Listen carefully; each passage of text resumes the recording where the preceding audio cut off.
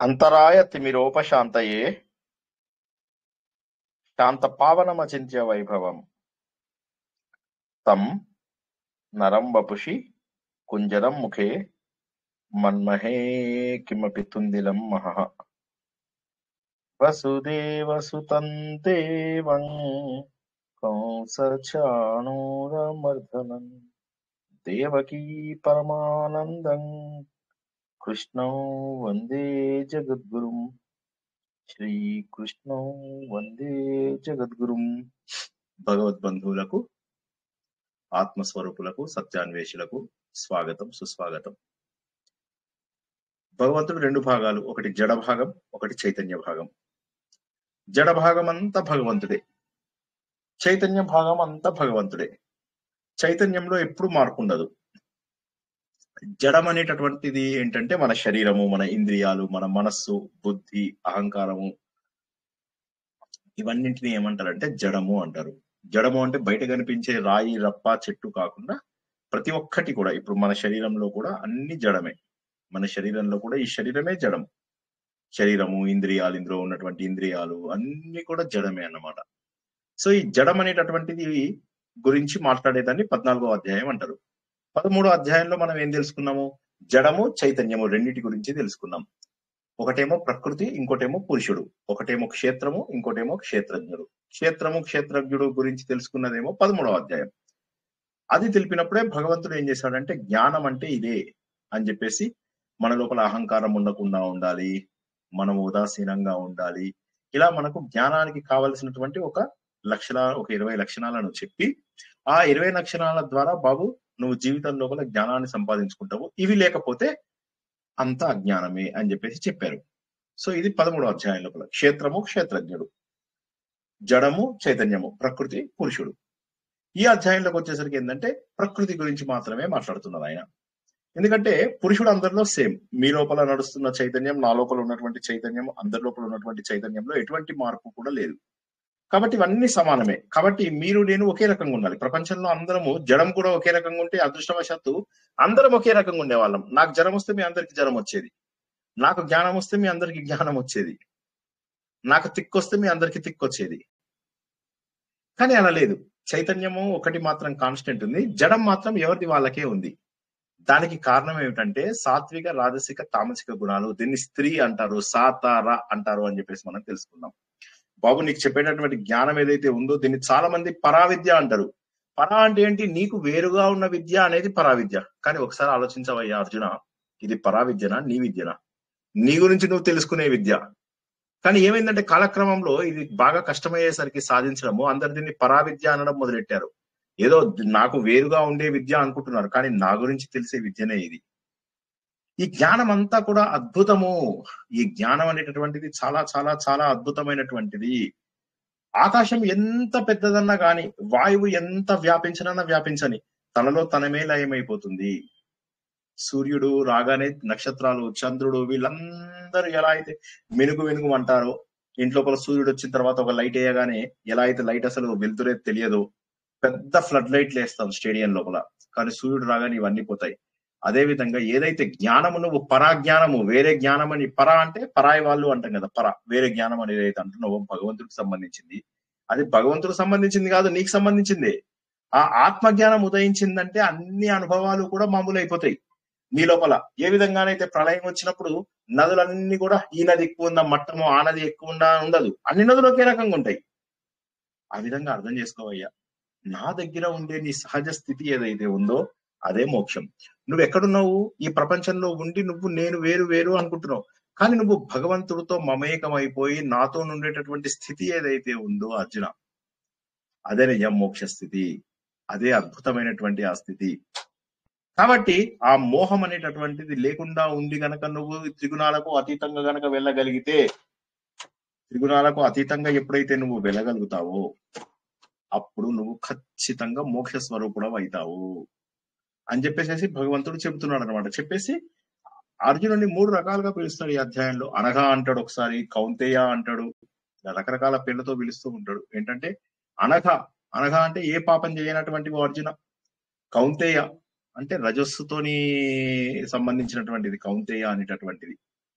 So అనఘ అంటే సాత్విక గుణం, కౌంతేయ అంటే రాజస గుణాన్ని పోగొట్టుకో. ఈ విధంగా అన్ని గుణాలను పోగొట్టుకున్న తర్వాత సాత్విక, రాజసిక, తామసిక గుణాన్ని కూడా ఏదో అంటే నేను మర్చిపోయాను. సో కాబట్టి ఆ 3 పేర్లతోని పిలవడం ఎందుకోసము అంటే 3 గుణాలని కూడా పోగొట్టుకుని నువ్వు 3 గుణాలకు అతీతంగా ఉండాలి. అయితే 3 గుణాలకు అతీతంగా ఉండడం కష్టం. మనం బతుకున్నంత వరకు ఏదో ఒక గుణంతో ఉంటాం. ఈ జ్ఞానం యొక్క గొప్పదనం నీకు నేను తెలియజేస్తాను. గుర్తుంచుకో, ఈ జ్ఞానం కనుక నీకు తెలిసిందంటే నువ్వు నాలోనే చేరుకుంటావు. ఎందుకంటే ఇది పరాజ్ఞానం కాదు, ఇది ఆత్మజ్ఞానం. ఇక మళ్ళీ జన్మ ఎత్తడం అనేటటువంటిది అవసరం ఉండదు. సృష్టి సమయం లోపల నువ్వు మళ్ళీ జన్మించడం కానీ ప్రళయ సమయం లోపల ఇది కానీ జరగదు, ఇంకా జరగదు. ఈ ప్రపంచం అంతా కూడా ప్రకృతి అయినట్టయితే దీనికి నేను ఆ పురుషుడు రూపం లోపల గర్భము దాలుస్తాను, వేరు వేరు ఆత్మలని పిలుస్తాను. అందుకోసమే దీన్ని మహత్ బ్రహ్మ అంటారు. ఈ ప్రకృతి ఏదైతే ఉందో ఈ ప్రకృతి మొత్తంలో కూడా నా బీజము ఉండడం వల్ల ఈ ప్రకృతి లోపల కొందరు వందల మంది, వేల మంది, లక్షల మంది, కోట్ల మంది, వందల కోట్ల మంది పుడుతున్నారు. కాబట్టి ఈ ప్రకృతిని ఏదైతే చూస్తున్నావో దీన్ని నేను మహత్ బ్రహ్మ అంటాము. కాబట్టి ఈ ప్రకృతే నీకు బీజము, నేనే తండ్రిని, ప్రకృతే తల్లి లాంటిది. కాబట్టి ఈ ప్రాకృతిక శక్తి ఏదైతే ఉందో అది అన్ఫార్చునేట్లీ సాత్విక, రాజసిక, తామసిక గుణాలను కలిగి ఉంది. ఈ గుణాలు నిన్ను బంధించేస్తున్నాయి, నిజము బంధించేస్తున్నాయి. సాత్విక గుణం బంధిస్తుందని అనుకుంటావా? దీనికి మనం ఉదాహరణలు తెలుసుకున్నాం, 100 ఉదాహరణలు తెలుసుకున్నాం. సాత్విక నాకు చాలా అందరు గౌరవిస్తున్నారు, నన్ను అందరు మెచ్చుకుంటున్నారు, నువ్వు చాలా గొప్పోడు అంటున్నారు, నువ్వు 3 మార్క్ అని అంటున్నారు, నువ్వు 30 మార్క్ అని అంటున్నారు. దానివల్ల నేను ఏం చేస్తున్నాను, నన్ను నేను గొప్పవాడిని అనుకోవడం వల్ల నేనేం చేస్తున్నాను, ఆ సుఖానికి అలవాటు పడిపోయి ఇక్కడే ఉండాలనుకుంటున్నాను. జ్ఞానం అంటేనే సుఖము, జ్ఞానం అంటేనే సాత్వికము. సో సాత్వికం అన్నా జ్ఞానం అన్నా కూడా సుఖం అన్నా ఒకటే. సో ఎప్పుడైతే సాత్విక గుణంతో నేను ఉంటానో నా లోపల జ్ఞానం ఉండేసరికి అందరు నన్ను పొగుడుతూ ఉంటారు. పొగుడుతుండేసరికి ఏమనిపిస్తుంది, నాకు వెళ్ళబుద్ధి కాదు ఇక్కడి నుంచి. సాత్విక గుణం గొప్పదే, కానీ సాత్విక గుణం ఏంటంటే ఆ సుఖంగా ఉంచడం వల్ల పర్వాలేదులే ఇక్కడే ఉంది, బాగుంది కదా, వచ్చే జన్మ కూడా ఇదే వస్తే బాగుండు అనుకుంటాడు. వాడికి మోక్షం గురించి ఆలోచించాడు. కాబట్టి సాత్విక గుణం కూడా నిన్ను భూమి మీద నిన్ను కూర్చోబెట్టేస్తుంది. సాత్విక గుణం కూడా నిన్ను భూమి మీద కూర్చోబెట్టేస్తుంది అర్జున. ఇక రాజస గుణం అనుకో, రాజస గుణం ఏంటంటే కోరికల ద్వారా నిన్ను ఇక్కడ కూర్చోబెడుతుంది. కోరికలు, రాగము, ద్వేషము, బంగ్లాలు కొంటావు, ఇల్లు కొంటావు, అందులోపల గుర్తింపు వస్తుంది, అందరు నిన్ను గొప్పవాడు అంటారు, నీ కోరికలన్నీ తీరుతుంటాయి. నన్ను మించిన వాడు లేడు అంటారు. ఈ లోకంలో ఉన్న ప్రతి వస్తువు నాదే, ఈ ఆస్తులు, ఈ అంతస్తులు, ఈ పేరు, ఈ హోదా, ఈ హంగు, ఈ ఆర్భాటాలు ఇవన్నీ నావే అనేసరికి ఏమవుతుంది, వాటి వల్ల కూడా నువ్వు వెళ్ళాలి అనుకో మోక్షం. అందుకోసమే చాలా మంది, నేను ఎప్పుడు చెప్తూ ఉంటా చూడండి, మన లోపల చాలా మంది కూడా ఎందుకు ఇందులోంచి బయటపడరు అంటే రాజస గుణం. యాక్చువల్ గా సాత్విక గుణం అది వేరు. సాత్విక గుణం చాలా నిర్మలంగా ఉంటుంది, సుఖంగా ఉంటుంది. ఇప్పుడు కొంతమంది ప్రవచనకర్తలు వాళ్ళు వీళ్ళు ఉంటారు కదా, వాళ్ళు చాలా గొప్ప వాళ్ళు ఉంటారు. కాకపోతే ఏమవుతుందంటే వాళ్ళకి జనాలందరూ వచ్చి కాళ్ళు పట్టుకుని ఇవన్నీ చేసేసరికి ఏమవుతుందంటే ఇక్కడి నుంచి వెళ్ళాలనిపించదు. దానివల్ల ఏమవుతుందంటే వాళ్ళు మోక్షం సాధించలేరు. వాళ్ళకి ఏంటంటే అందరూ వస్తారు, కాళ్ళకి దండం పెడతారు, పాద పూజ చేయడానికి డబ్బులు ఇస్తారు, ఓకే, ఇంటికి పిలిపిస్తారు, భిక్ష పేరు మీద ఫుల్ గౌరవం చేస్తారు.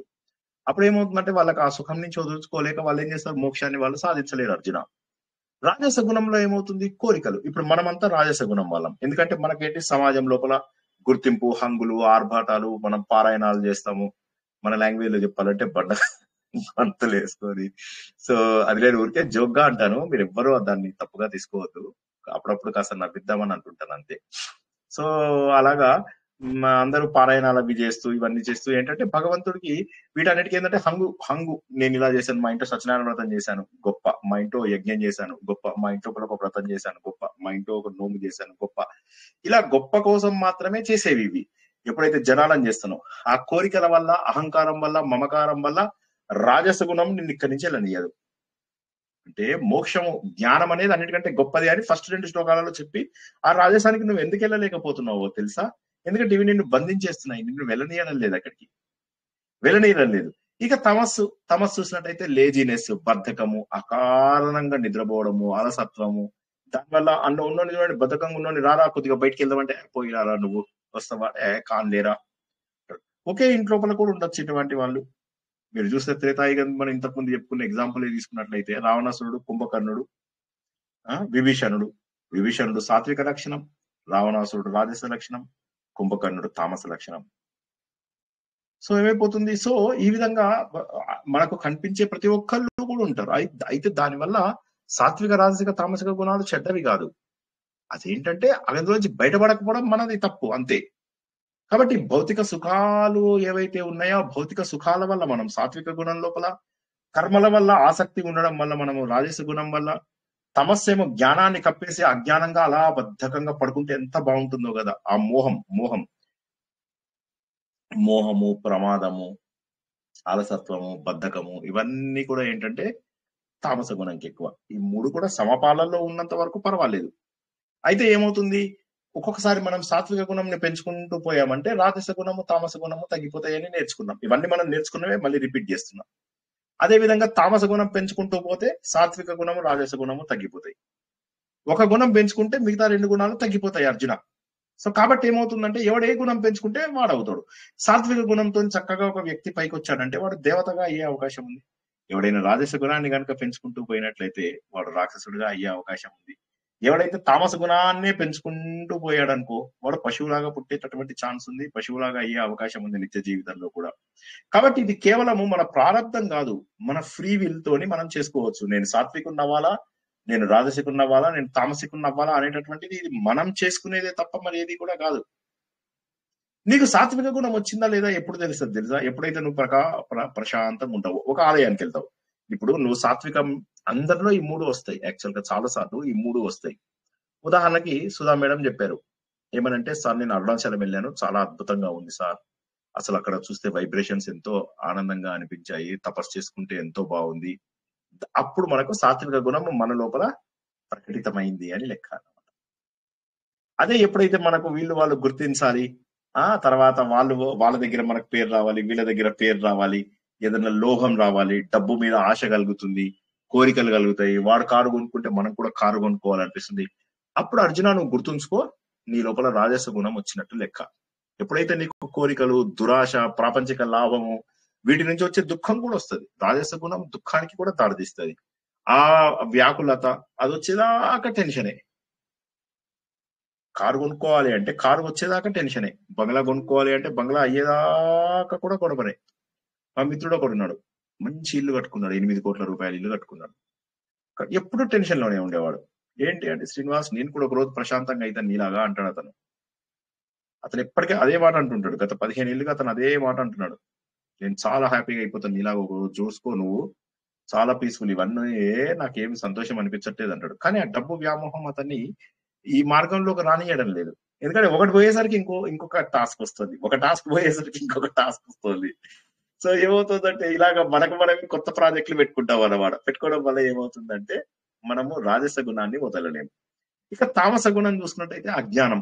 ఇప్పుడు మనకున్నటువంటి చాలా మంది లోపల నిర్లక్ష్యం. పొద్దున లేవకపోవడము, స్నానం చేయకపోవడము, శుభ్రతను పాటించకపోవడము, నిర్లక్ష్యంగా ఉండడము, పెద్దల్ని గౌరవించకుండా ఉండడము, అజ్ఞానము, తర్వాత వల్లమాలిన ప్రేమ పిల్లలంటే. మనమల్లంటే వల్లమాలిన ప్రేమ. మన మన్మన్లే గాదు. మన ఫ్రెండ్ మన్మన్లన్నా కూడా వల్లమాలిన ప్రేమ. ఇవన్నీ కూడా నీకు గనుక కలిగాయనుకో ఓ అర్జున, అప్పుడు నీకు తామస గుణం కలిగినట్టుగా గుర్తుంచుకో. నా లోపల నేనెప్పుడు గుర్తించాలి సాత్విక గుణం అంటే ఏంటి? నాకెట్లుంటది తెలీదు అంటే, ఇలా అయితే నీకు సాత్విక గుణం అని గుర్తుంచుకో అని జెప్పి భగవంతుడు మనలో సాత్విక గుణం వచ్చినప్పుడు ఎలా ఉంటాము, రాజస గుణం వచ్చినప్పుడు ఎలా ఉంటాము, తామస గుణం ఎలా ఉంటాము అని చెప్పాడన్నమాట భగవంతుడు. ఇక సాత్విక గుణంలో ఉన్నటువంటి జ్ఞానులు గనక లిమిట్ గా ఉండి చక్కగా ఉండి వాళ్ళు మోక్షాన్ని సాధిస్తే సాధించేస్తారు. ఒకవేళ సాధించకపోతే వాళ్ళు ఏంటంటే పవిత్ర లోకాలను వెళ్ళేటటువంటి అవకాశం ఉంది. ఊర్ధ్వ లోకాలను, పవిత్రమైనటువంటి లోకాలను చేరుకునేటటువంటి అవకాశం ఉంది. రజగుణం లోపల కనుక చనిపోయిన వాళ్ళు ఎవరైతే ఉంటారో మళ్ళీ వాళ్ళు రజోగుణం అవసరమైనటువంటి ఇంట్లోనే పుడతారు. వాళ్ళకి ఎందుకంటే వాళ్ళకి అదే టైప్ ఆఫ్ మెంటాలిటీ అవే చేసుకొని ఇంకొక కుటుంబంలో అలాగే పుడతారు. ఎవడైతే తమస్సులతో ఉంటాడో వాడు కూడా జంతువులు, పశువులు, పక్షులు అలాంటి వాటిల్లో పుడతాడు.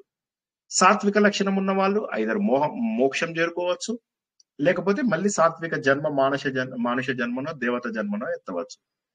కానీ రాజసం ఉన్నవాడు ఖచ్చితంగా మానవ జన్మనే ఎత్తుతాడు. తామస జన్మ ఉన్నవాడు పశువులు, పక్షులు, కీటకాలు, క్రిములు ఇటువంటి వాటి లోపల జన్మనెత్తేటటువంటి అవకాశం ఉంది అర్జున. సో కాబట్టి నువ్వు ఏ జన్మ ఎత్తుతావు? ఊర్ధ్వలోకాలకు పోదామంటే సాత్విక గుణం, మధ్యలోకాలలో కావాలి అంటే రాజస గుణం, అధోలోకాలకు పోవాలి అంటే తామస గుణంలో ఉంటే సరిపోతుంది. సత్వగుణంలో నువ్వు చేసినటువంటి పనులు నీకు చాలా పవిత్రంగా, ఆనందంగా, సంతోషాన్ని కలిగిస్తూ, నిర్మలత్వాన్ని, మంచి వెలుతురును, చక్కగా ఆనందాన్ని కలిగిస్తాయి. రజోగుణంలో ఉన్న పనులు ఏంటంటే టెంపరరీగా శాంతి ఇచ్చినా కూడా అశాంతి. మనం ఇది గతంలో తెలుసుకున్నప్పుడు జ్ఞానేశ్వరిలో చెప్పుకున్న ఉదాహరణలు మీ అందరికీ గుర్తే ఉంటాయి. ఒక మేడి పండు ఉందనుకోండి. ఆ మేడి పండు పైకి చూస్తే ఎట్లా ఉంటది? మంచిగా మేలిమై ఉంటది. లోపలన్నీ పురుగులు. అలాగే వేప పండు ఉంటది. అబ్బా! బయట మంచిగా పండింది అని అనిపిస్తది. లోపల తినగలుగుతామా వేప చెట్టుని? సో అది రాజస గుణం. రాజస గుణం ఏందంటే మనకేదో చాలా బావుంది అనిపిస్తది పైనుంచి. కానీ లోపల అలాంటిది కాదు. అది దుఃఖాన్ని కలుగజేస్తది. ఇక తమో గుణం అయితే పూర్తిగా అజ్ఞానము, చీకటి, నీకు ప్రమాదం జరగడమే కాకుండా నువ్వు వేరే వాళ్ళకి కూడా ప్రమాదం చేస్తావు. ఎప్పుడు కూడా అజ్ఞానము, చీకటి, అంధకారము, డ్రగ్గులేసుకొని అలా పడిపోయి వీళ్ళుంటారు గదా! వాళ్ళందరూ ఆ లక్షణాలను కలిగి ఉంటారు. కాబట్టి సత్వగుణంతోటి నీకు జ్ఞానం వస్తుంది. రజోగుణంతోని నీకు లోభము, మోహము లోభం వస్తుంది. తమో గుణంతోని మోహం వస్తుంది. నిర్లక్ష్యము, భ్రాంతి ఇవన్నీ వస్తాయి అర్జున. ఇవన్నీ తెలుసుకోవాలి. వీళ్ళు ఉన్నత స్థాయికి వెళ్ళే అవకాశం లేదు. ఎప్పటికి కూడా రజస్సు, తమస్సులో ఉన్న వాళ్ళు ఎప్పుడు కూడా వీళ్ళు ఉన్నత స్థాయికి వెళ్ళలేరు. కాబట్టి ఈ త్రిగుణాలు ఎవరైతే తప్పు అని చెప్పి తెలుసుకుంటారో వాళ్ళు భగవంతుడు ఈ 3 గుణాలకు అతీతం అని చెప్పి తెలుసుకోవాలి. ఇక్కడ మనం ఒక పాయింట్. భగవంతుడికి 3 గుణాలు లేవు. భగవంతుడికి 3 గుణాలు లేవు అని చెప్పి ఎప్పుడైతే తెలుసుకుంటారో అప్పుడు వాళ్ళు నా రూపులు అయితారు. మనం ఇంతకుముందు ఎన్నో సార్లు ఉదాహరణ తెలుసుకున్నట్టుగా మనము ఆలయంలో 3 సార్లు మనము ప్రదక్షిణ చేస్తాం. మొదటిసారి ప్రదక్షిణ సాత్వికం కోసం, రెండోసారి ప్రదక్షిణ రాజసం కోసం, మూడోసారి ప్రదక్షిణ తామసం కోసం. ఈ 3 గుణాల కోసం తపస్సు చేసి ప్రదక్షిణ చేసి భగవంతుడికి ఒక దండం పెడతాం. భగవంతుడా ఈ 3 గుణాలకు కూడా నువ్వు అతీతుడవు. ఈ 3 గుణాలకు కూడా నువ్వు అతీతుడవు. నీ దివ్యమైనటువంటి గుణం ఏంటి అంటే గుణాతీత లక్షణము. సాత్విక లక్షణము, రాజస లక్షణము, తామస లక్షణంకి మనం ఇంకో ఉదాహరణ కూడా తెలుసుకున్నాం. ఏమని తెలుసుకున్నాము? మనకు శరీరానికి పుండు వచ్చినప్పుడు ఏమవుతుంది? రక్తం వస్తుంది, చీము వస్తుంది, తర్వాత గడ్డ కడుతుంది. ఆ గడ్డ కట్టిన తర్వాత ఏమవుతుంది? ఆ చెక్కు వచ్చినప్పుడు ఆ చెక్కుని మనం ఊడదీయం, అది ఆటోమేటిక్ గా పడిపోతుంది. అదే విధంగా సాత్విక గుణం పెంచుకుంటే మంచిది. రాజసము, చీము, నెత్తులు తగ్గించుకోవాలి. యాంటీబయాటిక్స్ తీసుకుని తగ్గించుకుంటాము, లేకపోతే ఐడిన్ అవి పెట్టుకుని తగ్గించుకుంటాము. సో ఒక్కసారి ఆలోచిస్తే ఇది చాలా చాలా అద్భుతమైనటువంటి అధ్యాయం అని గుర్తుంచుకోండి. మనకు ఏం చెయ్యాలి, ఏం చెయ్యకూడదు అని చెప్పే అధ్యాయం. ఇది చిన్న అధ్యాయం లాగా అనిపిస్తుంది కానీ ఈ అధ్యాయంలోంచే మనకు 16, 17, 18 అధ్యాయాలు కూడా వచ్చాయని చెప్పేసి మనం తెలుసుకున్నాం. ఎన్ని ఉదాహరణలు తెలుసుకున్నాం. గత 3 భాగాలని మీకు టైం ఉన్నప్పుడు ఎప్పుడైనా చూడండి. ఆ 3 భాగాలలో కనీసం మనం 100-200 ఎగ్జాంపుల్స్ చెప్పుకున్నాం. ఎన్నో ఉదాహరణలాగా. కాబట్టి భగవంతుని వీటన్నిటికీ అతీతుడిగా తెలుసుకోవు అర్జున. అలా తెలుసుకున్న వాడికి నా దివ్య స్వభావం దగ్గరికి వెళ్తాడు. వాడికి ఇంకా ఆ సమయం లోపల ఏంటంటే వాడికి జన్మ, మృత్యు, జరా, వ్యాధులు అనేటటువంటివి ఏవైతుంటే వాడికి బాధ పెట్టవు. ఆ దుఃఖాల నుంచి విముక్తి అయిపోతాడు. ఈ పాయింట్ మనము చాలా సార్లు తెలుసుకున్నాం. ఏమని? భగవంతుడి గురించి ఆలోచించే వాడికి ముసలితనము, వ్యాధులు బాధ పెట్టవు. ఇది మనం వేరే అధ్యాయాలలో కూడా తెలుసుకున్నాము.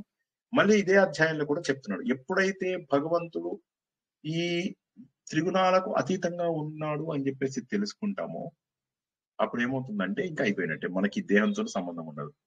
సత్యంని తెలుసుకుంటే చాలు. ఏం చేయాలి సార్ నేను సత్యంని తెలుసుకోవాలంటే? ఏం చేయక్కర్లే, ఆలోచిస్తే చాలు. ఉదాహరణకి స్వప్నంలో ఉన్నాము, రకరకాల ఆలోచనలు వస్తున్నాయి, రకరకాల కథలు అల్లుతున్నాము, రకరకాల పాత్రలు వస్తూ ఉన్నాయి, రకరకాల పోరాటాలు జరుపుతూ ఉన్నాము, రకరకాలుగా గొడవలు పడుతూ ఉన్నాము. ఆ సమయంలో ఏం చేస్తే మనం ఆనందంగా ఉంటాం? ఏం లేదు, నిద్ర లేస్తే చాలు. అదే విధంగా సత్యం తెలుసుకుంటే చాలు. ఏంటి ఆ సత్యం? అంతేగాని ఈ నోములు ఇవన్నీ ఎందుకు ఇచ్చారు? నోములు, వ్రతాలు ఇవి గొప్ప ఉద్దేశంతో ఇచ్చారు. అభిషేకాలు ఇవన్నీ ఏంటంటే చేస్తూ మన మనసును పవిత్రంగా పెట్టుకుంటాం. మంచి కార్యాలు చేస్తూ చేస్తూ చేస్తూ కొన్ని రోజుల పాటు ఉంటే మన మనస్సు పరిశుద్ధమైతుంది అని. కానీ మనం ఏం చేస్తున్నాము? ఆ కార్యాలను కూడా యాంత్రికంగా చేయడము, హంగుల కోసము, ఆర్భాటాల కోసం చేయడము, మన గొప్ప చూపించుకోవడానికి చేయడము.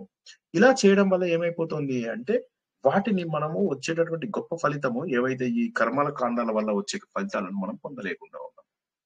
కాబట్టి ఏం చేస్తే నేను భగవంతుడి దగ్గరికి వెళ్తా? కర్మకాండాలతోటి ఎప్పటికీ భగవంతుడి దగ్గరికి వెళ్ళే అవకాశం లేదు లేదు లేదు లేదు. నోములు, వ్రతాలు, అభిషేకాలు, పారాయణాలు నన్ను దేవుడి దగ్గరికి తీసుకెళ్తాయా? తీసుకెళ్ళవు. మరి ఏం తీసుకెళ్తుంది? నా ఆలోచన ద్వారా. సార్ అలా అయితే అన్నమయ్య, త్యాగయ్య వీళ్ళందరూ పాటలు పాడి దేవుడి దగ్గరికి వెళ్ళిపోయారు కదా. కరెక్టే. పాటలు ఎప్పుడు పాడారు వాళ్ళు? వాళ్ళకు జ్ఞానం వచ్చిన తర్వాత పాటలు పాడారు. ఈ పాయింట్ ఆపుతాను, ఎవరికైనా డౌట్ ఉంటే అడగండి. అన్నమయ్య, త్యాగయ్య, రామదాసు వీళ్ళందరికీ ఒరిజినల్ గా జ్ఞానం వచ్చింది వీళ్ళకి. వీళ్ళందరూ కూడా ఒరిజినల్ గా జ్ఞాన స్వరూపులు అయ్యారు. ఒకసారి జ్ఞాన స్వరూపులు అయిపోయిన తర్వాత ఇక ప్రాబ్లం లేదు. ఒకసారి వాళ్ళు జ్ఞాన స్వరూపులు అయిపోయిన తర్వాత ఇంకా ప్రాబ్లం లేదు. అప్పుడు పాటలు పాడు, మీరు భజనలు చెయ్యు, నువ్వు ఏ పని చేసినా కూడా ఒకసారి సత్యం తెలుసుకున్న తర్వాత నువ్వు ఏ పని చేసినా కూడా ఇంకేం కాదు. ఒక్కసారి పాయింట్ అర్థం కాని వాళ్ళు ఎవరైనా అడుగుతారా? కర్మకాండ మళ్ళొకసారి చెప్తాను. కర్మకాండల ద్వారా భగవంతుని చేరుకోలేము. ఓకే, కర్మకాండల ద్వారా అంటే ఈ పూజలు, నోములు, వ్రతాలు, భజనలు వీటన్నిటి ద్వారా చేరుకోలేము. మరి ఆల్రెడీ చేరుకున్న వాళ్ళ సంగతి ఏంటి అంటే, వాళ్ళు ఎప్పుడు చేరుకున్నారో ఆ దశకి, ఎప్పుడైతే వాళ్ళు ఆ పరిణతి వచ్చిందో, పరిణతి వచ్చేసింది వాళ్ళకి.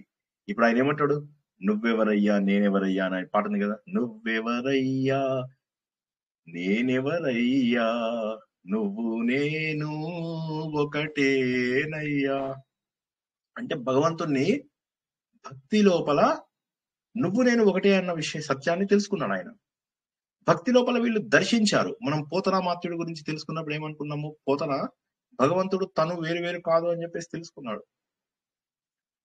త్యాగరాజు తను తెలుసుకున్నాడు, కలిగినది నాకు కైవల్యము, మునుపు ఎవరికి కలగనటువంటిది అది నాకు ఇవాళ కలిగింది అని చెప్పి ఆనందాన్ని తెలుసుకున్నాడు. అన్నమయ్య ఏమన్నాడు, తందనానా భలే తందనానా ఆ పాట లోపల మొత్తం తత్వం వినిపిస్తాడు. వీళ్ళందరికి ఆల్రెడీ వచ్చింది. భక్తి ఉన్న వాళ్ళకి జ్ఞానం అనేటటువంటిది అది హైయెస్ట్ లెవెల్. భక్తి జ్ఞానము దాదాపుగా సమానమే. ఎందుకంటే భక్తి లోపల భగవంతుడు ఆటోమేటిక్ గా బుద్ధి యోగం ఇస్తాను అని చెప్పి చెప్పాడు.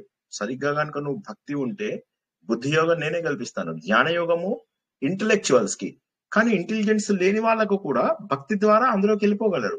జ్ఞాన యోగము ఆలోచించే వారికి, జ్ఞాన యోగము హేతువాదులకు. కానీ ఆలోచించని వారికి కూడా భక్తి ఉంటే చాలు, భగవంతుడు తనలోకి తీసుకెళ్లిపోతాడు. భగవంతుడు తన హక్కున చేర్చుకుంటాడు. భగవంతుడు జ్ఞానాన్ని కల్పిస్తాడు. నువ్వు నేను వేరు వేరు కాదు. అప్పుడు ఏమైతుందంటే, ఎప్పుడైతే మనము శరీర భావన పోతుందో, దేహ భావన ఎప్పుడైతే మనలోంచి పోతుందో, అప్పుడు భగవంతుడు కాపాడుకుంటాడు. అప్పుడు ఏమంటాడు, నీకు నీ జన్మ, మృత్యు, జర, వ్యాధి, జర అంటే ముసలితనం, ఇవన్నీ నిన్ను బాధ పెట్టవు. మనం ఉన్నంతసేపు ఏంటి, అరే నేను ముసలి అయిన తర్వాత నన్ను ఎవరు చూసుకుంటాడు. మన ఫ్రెండ్స్ కూడా అలాగే భయపడతారు, అరే నువ్వు అందరినీ దూరం చేసుకోకరా, రేపు నీకేమన్నా అయిందంటే ఎవరు చూడడానికి రారు అని భయపెడుతూ ఉంటారు. మనకు ఉన్నటువంటి మెయిన్ ప్రాబ్లం ఏంటంటే, జనాలు మన గురించి ఏమనుకుంటారు అని చెప్పేసి అనేది ఒకటి మెయిన్. ఆ జనాలు ఏమనుకుంటారు అనే దాని గురించి ఒకటే సమాధానము ఇప్పటికొక 100 సార్లు చెప్పుకుంటాము, మళ్ళీ ఒకసారి చెప్తాను. జనాలు ఏమనుకుంటారు అనే భావన ముందు వదిలేయండి. జనాలు ఏమన్నా అనుకోని, ఎందుకంటే మీరు ఎంత బాగున్నా కూడా అనుకుంటారు. ఇప్పుడు నేనున్నాను, నాకు చీమకు కూడా అపకారం చేయడం ఇష్టం లేదు. చీమకి కూడా నేను చెప్తున్నా కదా, నడిచేటప్పుడు మెల్లగా నడుస్తా. వేరేవి నేను కూరగాయలు అవి తినను, ఒక పప్పు అన్నమే తింటాను, సాత్విక ఆహారం తింటాను, సింపుల్ గా రైళ్లలో వెళ్తాను, పబ్లిక్ ట్రాన్స్పోర్టేషన్ మాత్రమే వాడతాను. చాలా సింపుల్ లైఫ్ స్టైల్ లోపల ఏ హంగు ఆర్భాటం లేకుండా, ఎవరిని నేను ఎక్కువగా అనవసరంగా పెట్టుకోకుండా ఈ 10-15 ఏళ్ళుగా ఉన్నాను అనుకోండి. ఈ 10-15 ఏళ్ళలో కూడా నా మీద ద్వేషం లేని వాళ్ళు, నా మీద అసూయ లేని వాళ్ళు, నా మీద కోపం లేని వాళ్ళు, నా మీద అభాండాలు వేసే వాళ్ళు ఉండకుండా ఉంటారా? ఆయన తప్పు చేశాడు, ఈయన తప్పు, ఈయన మంచోడు కాదు, ఇలా అసూయ చెప్పే వాళ్ళు ఎంతో మంది ఉండొచ్చు కదా. నింద లేనిదే బొందపోదు అని మనం 1,00,000 సార్లు తెలుసుకున్నాం. నింద వస్తుంది అని మనం ఆలోచించద్దు. వీడేమనుకుంటాడు, వాడేమనుకుంటాడు అంటే వాళ్ళు ఎప్పుడైనా అనుకుంటూ ఉంటారు. మనము ఆ రాజేష్ ఖన్నాది పాట విన్నాం కదా, కుచ్ తో లోగ్ కహేంగే లోగోं का काम है कहना, छोड़ो बेकार की बातों में कहीं भीग जाए नैना, कुछ तो लोग कहेंगे लोगों का काम है कहना, छोड़ो बेकार की बातों में कहीं भीग जाए नैना. ఈ అనవసరమైన విషయాలలో మన కన్నీరు తప్ప మరేమీ లేదు. జనాలు అంటూనే ఉంటారు, 100 ఏళ్ల సంవత్సరాల కింద ఇదే ఉంది. మీరు ఏ నవల చూడండి, ఎప్పటి విషయాలు చూసుకోండి. శివాజీ టైం గురించి, మొన్న శివాజీ గురించి మాట్లాడుతున్నాం, శివాజీని కూడా చెడ్డగా అన్న వాళ్ళు ఎంతో మంది ఉన్నారు. శివాజీని సొంత చుట్టాలే చెడ్డగా అన్న వాళ్ళు ఉన్నారు. కాబట్టి రాజస గుణాలు ఉన్నటువంటి జనాలంతా కూడా ఏంటంటే సంబంధాలు పెట్టుకోవడానికి ప్రయత్నం చేస్తుంటారు. కానీ మీరు సాత్వికంగా ఉంటే సరిపోదు. అవతల వాడు సాత్వికుడు అవ్వడు కదా. అవతల వాడు తామసుడు అయ్యి ఉండొచ్చు కదా. అవతల వాడు బద్ధకం ఉంటుంది. ఇప్పుడు ఫర్ ఎగ్జాంపుల్ ఏమంటారు, రావయ్యా ఒక యాత్రకి వెళ్దాం అన్నాను. సరే అని చెప్పి యాత్రకు వచ్చే వాళ్ళు ఒక 3-4 వస్తారు. ఇంకా చాలా మంది రారు యాత్రకి. ఆ వచ్చే వాళ్ళు బద్ధకంగా ఉంటారు. మాకు లీవ్ దొరకదు అంటారు. వాళ్ళకి లీవ్ కాదు ఏమి కాదు, అలా బద్ధకంగా టీవీ ముందు కూర్చోవడం అలవాటు. ఏ పని చేయకుండా అలా ఉండడం వాళ్ళకి ఇష్టం. అలా టీవీ ముందు కూర్చుంటారు. ఏ పని చెయ్యరు. ఇంట్లో ఒకళ్ళ కాఫీలు తెచ్చుకొని తింటారు, ఫ్రెండ్స్ తోని పార్టీకి వెళ్తారు, బాగా తాగుతారు, బద్ధకంగా కూర్చుంటారు. ఆఫీస్ నుంచి వచ్చేసి ఏదో బాగా పని చేసినట్టుగా మాట్లాడతారు, ఫోన్లలో మాట్లాడతారు. ఇవన్నీ చేసి వాళ్ళు ఏంటంటే చాలా బద్ధకమైన లైఫ్ స్టైల్. ఇప్పుడు వాళ్ళు వెళ్ళలేదు ఆ యాత్రలకు. బద్ధకం లేకుండా ఒక వ్యక్తి యాత్రలకు వెళ్ళేసి వచ్చాడు అనుకోండి, ఇప్పుడు వాళ్ళకి అతను అంటే ద్వేషం పెరుగుతుంది. లేదా వీళ్ళు జయించలేనటువంటి మోహాన్ని, వీళ్ళు జయించలేనటువంటి బద్ధకత్వాన్ని అతను జయించి ముందుకెళ్ళాడు. సో కాబట్టి ఒక వ్యక్తి మిమ్మల్ని ద్వేషించడానికి, ఒక వ్యక్తి మిమ్మల్ని ఇష్టపడకపోవడానికి, ద్వేషం అనేది కొద్దిగా పెద్ద వర్డ్, మనల్ని ఎవరు ద్వేషించకపోవచ్చు, కానీ మనల్ని ఇష్టపడకపోవడానికి చాలా కారణాలు ఉన్నాయి. కొన్నిసార్లు ఉక్రోషం కూడా ఉండొచ్చేమో, ఆలోచించండి. ఇప్పుడు శ్రీకృష్ణుడిని గోపికలు మొన్న ఏమన్నారు, ఎవరన్నా జ్ఞాపకం ఉంటే చెప్పగలరా? అక్రూరుడితోని గోపికలు ఏమంటారు? ఒక శ్రీకృష్ణుడి పైన కొన్ని అభాండాలు వేస్తారు. ఎవరికైనా జ్ఞాపకం ఉంటే ఒక 3-4 చెప్పండి. కృష్ణుడు మోసగాడు అంటారు, మమ్మల్ని వదిలి వెళ్ళిపోయినాడు, మోసగాడు. ఆయనకి మనసు ఎలా వచ్చిందని, మమ్మల్ని వదిలి వెళ్ళిపోవడానికి ఆయనకి మనసు ఎలా వచ్చింది అని బాధపడుతూ ఉంటారు. బాధ కరెక్టే, కానీ వాళ్ళు అతను ఏమంటారు తెలుసా? నిందిస్తూ ఉంటారు. అవును, నిందిస్తారు. ఏమని నిందిస్తారు? నాటకాలు చేస్తాడు ఆయన. ఆ తర్వాత వేణువును చాలా ప్రేమించి, అది అంటే ఈర్ష్య కూడా పడుతూ ఉన్నారు. వేణువునైతే దగ్గర పెట్టుకొని ఉన్నాడు. అంటే అది ఖాళీగా ఉన్నాను కదా అనేసి వేణువు అంటుంది అని ఎక్కడో విన్నాను సార్. వేణువును దగ్గర పెట్టుకొని ఉన్నావు కదా, మేమంతా మా నిండు మనసులతో మిమ్మల్ని నేను ప్రేమిస్తూ ఉన్నాను, మేమంతా ఇంత నిన్ను ప్రేమిస్తూ ఉంటే నువ్వేమో మురళిని ఊదుతూ ఉన్నావు అంటే, అప్పుడు స్వామి అంటాడంట సార్, వేణువు లోపల చూస్తే గన అంతా ఖాళీగానే ఉంది, కాబట్టి నేను నాదాన్ని పూరించగలుగుతున్నాను. దాని లోపల మీ మనసు లోపల ఉండే ఈర్ష్య ద్వేషాలు ఏ రోజైతే మీరు తీసేసినారో ఆ రోజు నేను మీకు కూడా దగ్గర అవుతాను అనేసి ఆ విధంగా చెప్పినాడు అనేసి కంపారిజన్ లో అది ఒకటి విన్నాను సార్. సార్ మీరు అడిగింది గోపికలు నిందిస్తారు కదా కృష్ణుడిని, అదే కదా నేను అన్నది. అది మీరు చెప్పిన కథ బాగుంది, చక్కటి మంచి కథ. కాకపోతే నేను అనేది గోపికలు ఏమని నిందిస్తారో తెలుసా శ్రీకృష్ణుడిని? ఎలాంటి ఘోరమైన మాటలు అంటారు తెలుసా? అతడు ఏంటి, ఒక పాలిచ్చిన ఒక ఆడదాన్ని చంపేశాడు. పాలిచ్చిన ఆడదాన్ని చంపేసిన వాడిని ఏమంటాము? సొంత మేనమామని చంపేసిన వాడిని ఏమంటాము? సొంత మేనమామని చంపేసిన వాడిని ఏమనాలి? వీళ్ళందరూ అది ఉక్రోషంతో అంటున్నారు. యాక్చువల్ గా వాళ్ళకి అదేదో పెద్ద ఇది కాదు. వాళ్ళకి ఆయన అంటే కోపం అది కాదు, అది ఉక్రోషంతో కూడా కొంతమంది మనం పట్టించుకోవట్లేదన్న బాధలో కూడా మాట్లాడతారు. కొంతమందికి అసూయతో కూడా మన మీద చెడుగా మాట్లాడచ్చు. కొంతమంది సహజంగానే మనం అంటే కోపం ఉండి మాట్లాడచ్చు. కొంతమందికి ఫ్యామిలీ రీజన్స్ వల్ల మనం అంటే ద్వేషం ఉండొచ్చు. ఏ కారణమైనా ఉండొచ్చు. కొంతమందికి మనం మాట్లాడే పద్ధతి బాగుండొచ్చు, కొంతమందికి మనం ముఖమే నచ్చకపోవచ్చు. కొంతమంది ముఖాలు ఎట్లుంటాయంటే మనకు నచ్చవు. చూడగానే first face is the index of mind అని అంటారు కదా, కొంతమంది ముఖాలు చూస్తేనే నచ్చరు మనకు. సో కాబట్టి ఏమవుతుందంటే ఒకటి ఆలోచించాలి ఇక్కడ, మనకు జనాలు మన పైన నింద వేయకుండా ఉండాలి అనేటటువంటిది అది అసంభవం. అది నిందొస్తుందేమో, వీళ్ళేమనుకుంటారో వాళ్ళేమనుకుంటారో అనుకుంటూ వెళ్తే మనం ముందుకెళ్ళము. ఈ అత్యంత గొప్పదైనటువంటి ఈ అధ్యాయం, మళ్ళీ ఎందుకు ఇది గొప్ప అధ్యాయం అంటున్నానంటే, ఈ అధ్యాయం దాటితే దేవుళ్ళో కలిసిపోవడమే ఇంకా మొదటిది. రెండవది ఏంటి, ఈ అధ్యాయం యొక్క ఎక్స్టెన్షనే 16, 17, 18 అధ్యాయాలు. 16వ అధ్యాయంలో దేవుడి లక్షణాలు, రాక్షస లక్షణాలు తెలుసుకుంటాం. 17వ అధ్యాయంలో సాత్విక, రాజసిక, తామసిక గుణాలు. 18వ అధ్యాయంలో మొత్తం సాత్విక, రాజసిక, తామసిక గుణాలే. సో కాబట్టి ఈ అధ్యాయమే ఇంపార్టెంట్. ఈ అధ్యాయంలోంచే 16, 17, 18 బయటకు వచ్చాయి. ఈ అధ్యాయం దాటగానే అర్జునుడు దేవుడి లోపల కలిసిపోతాడు, ఆత్మస్వరూపుడు అయిపోతాడు అర్జునుడు. కాబట్టి ఇక్కడ ఏమర్థమవుతుంది మనకు, మనం అనవసరమైన విషయాలను పట్టించుకుంటే, ఈ అధ్యాయం ఏంటంటే, నేను ఇంతకు ముందు కూడా ఈ అధ్యాయం చెప్తున్నప్పుడు ఎన్నోసార్లు చెప్పాను, ఈ అధ్యాయం జీవితాన్ని మార్చకపోతే ఇక మనం మారనట్టే లెక్క అని గుర్తుంచుకోండి. ఎందుకోసం అంటే ఈ త్రిగుణాతీతులు ఎవరైతే ఉంటారో వాళ్ళు ఏంటంటే వాళ్ళకి తెలుసు ఇవన్నీ కూడా మామూలే కదా, ఇవన్నీ కామన్, జరిగేవన్నీ కూడా అలా జరిగిపోతూ ఉంటాయి, నేను వీటిని పట్టించుకోకుండా ఉండాలి. స్తంభం ఉంటుంది, ఆ స్తంభం లోపల వెళ్తురు, ఒక స్తంభము వీధి లైట్ ఉంటుంది, ఆ వీధి లైట్ ఎవడ స్విచ్ ఆఫ్ చేయడం మానేశాడు, అది డేలో వెలుగుతుంది, నైట్ లో కూడా వెలుగుతుంది ఉదాసీనంగా. ఒక పడవవాడు వచ్చాడట, చాలా గర్వం ఆ పడవవాడికి. ఎదురుగా ఇంకొక లైట్ ఏదో వచ్చింది, రాగానే నువ్వు పక్కకు జరుగు అంటే నువ్వు పక్కకు జరుగు, నువ్వు పక్కకు జరుగు అంటే నువ్వు పక్కకు జరుగు, చాలా సెక్యూర్ చేస్తాడు. వీడంటాడు, నేను ఎవరినో తెలుసా, నేను వచ్చానంటే నీ మీద బాంబులు వేస్తా, నేను అమెరికా సైన్యంని తీసుకొస్తున్నటువంటి నౌకని, నా వెనకాల ఇంకా ఫైటర్ జెట్స్ అవి ఇవి చాలా ఉన్నాయి, నువ్వు గనక జరగకపోతే ఇది కాదు, నువ్వు పక్కకు జరగాల్సిందే అని. అవతల లైట్ అంటది అనమాట, లేదు లేదు నేను జరగలేను, జరగకూడదు అంటది. ఎందుకు అంటే నేను లైట్ హౌస్ ని అని.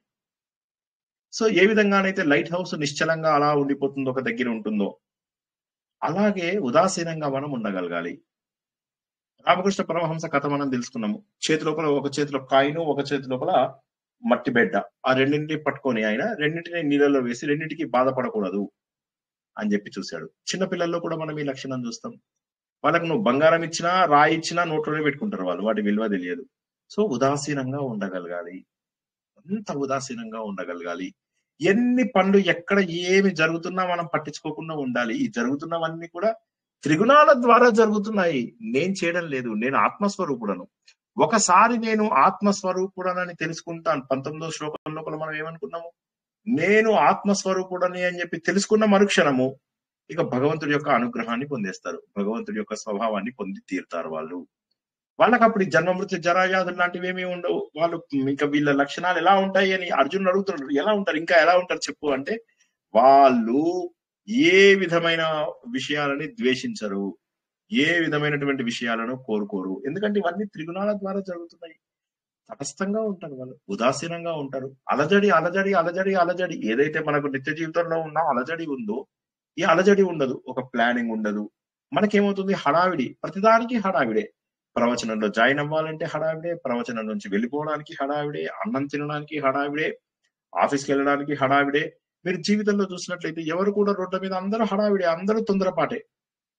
వీళ్ళెవ్వరు మళ్ళీ ఆఫీసులకు రైట్ టైం చేరుకోరు, అందరూ హడావిడి, టీ తాగడానికి హడావిడి.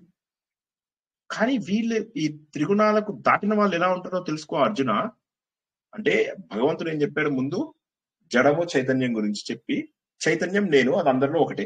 ఇక జడం గురించి వచ్చినప్పుడే అందరూ వేరువేరుగా ఉంటారు. ఈ జడం లోపల సాత్విక రాజసిక తామసిక గుణాలు ఉంటాయి.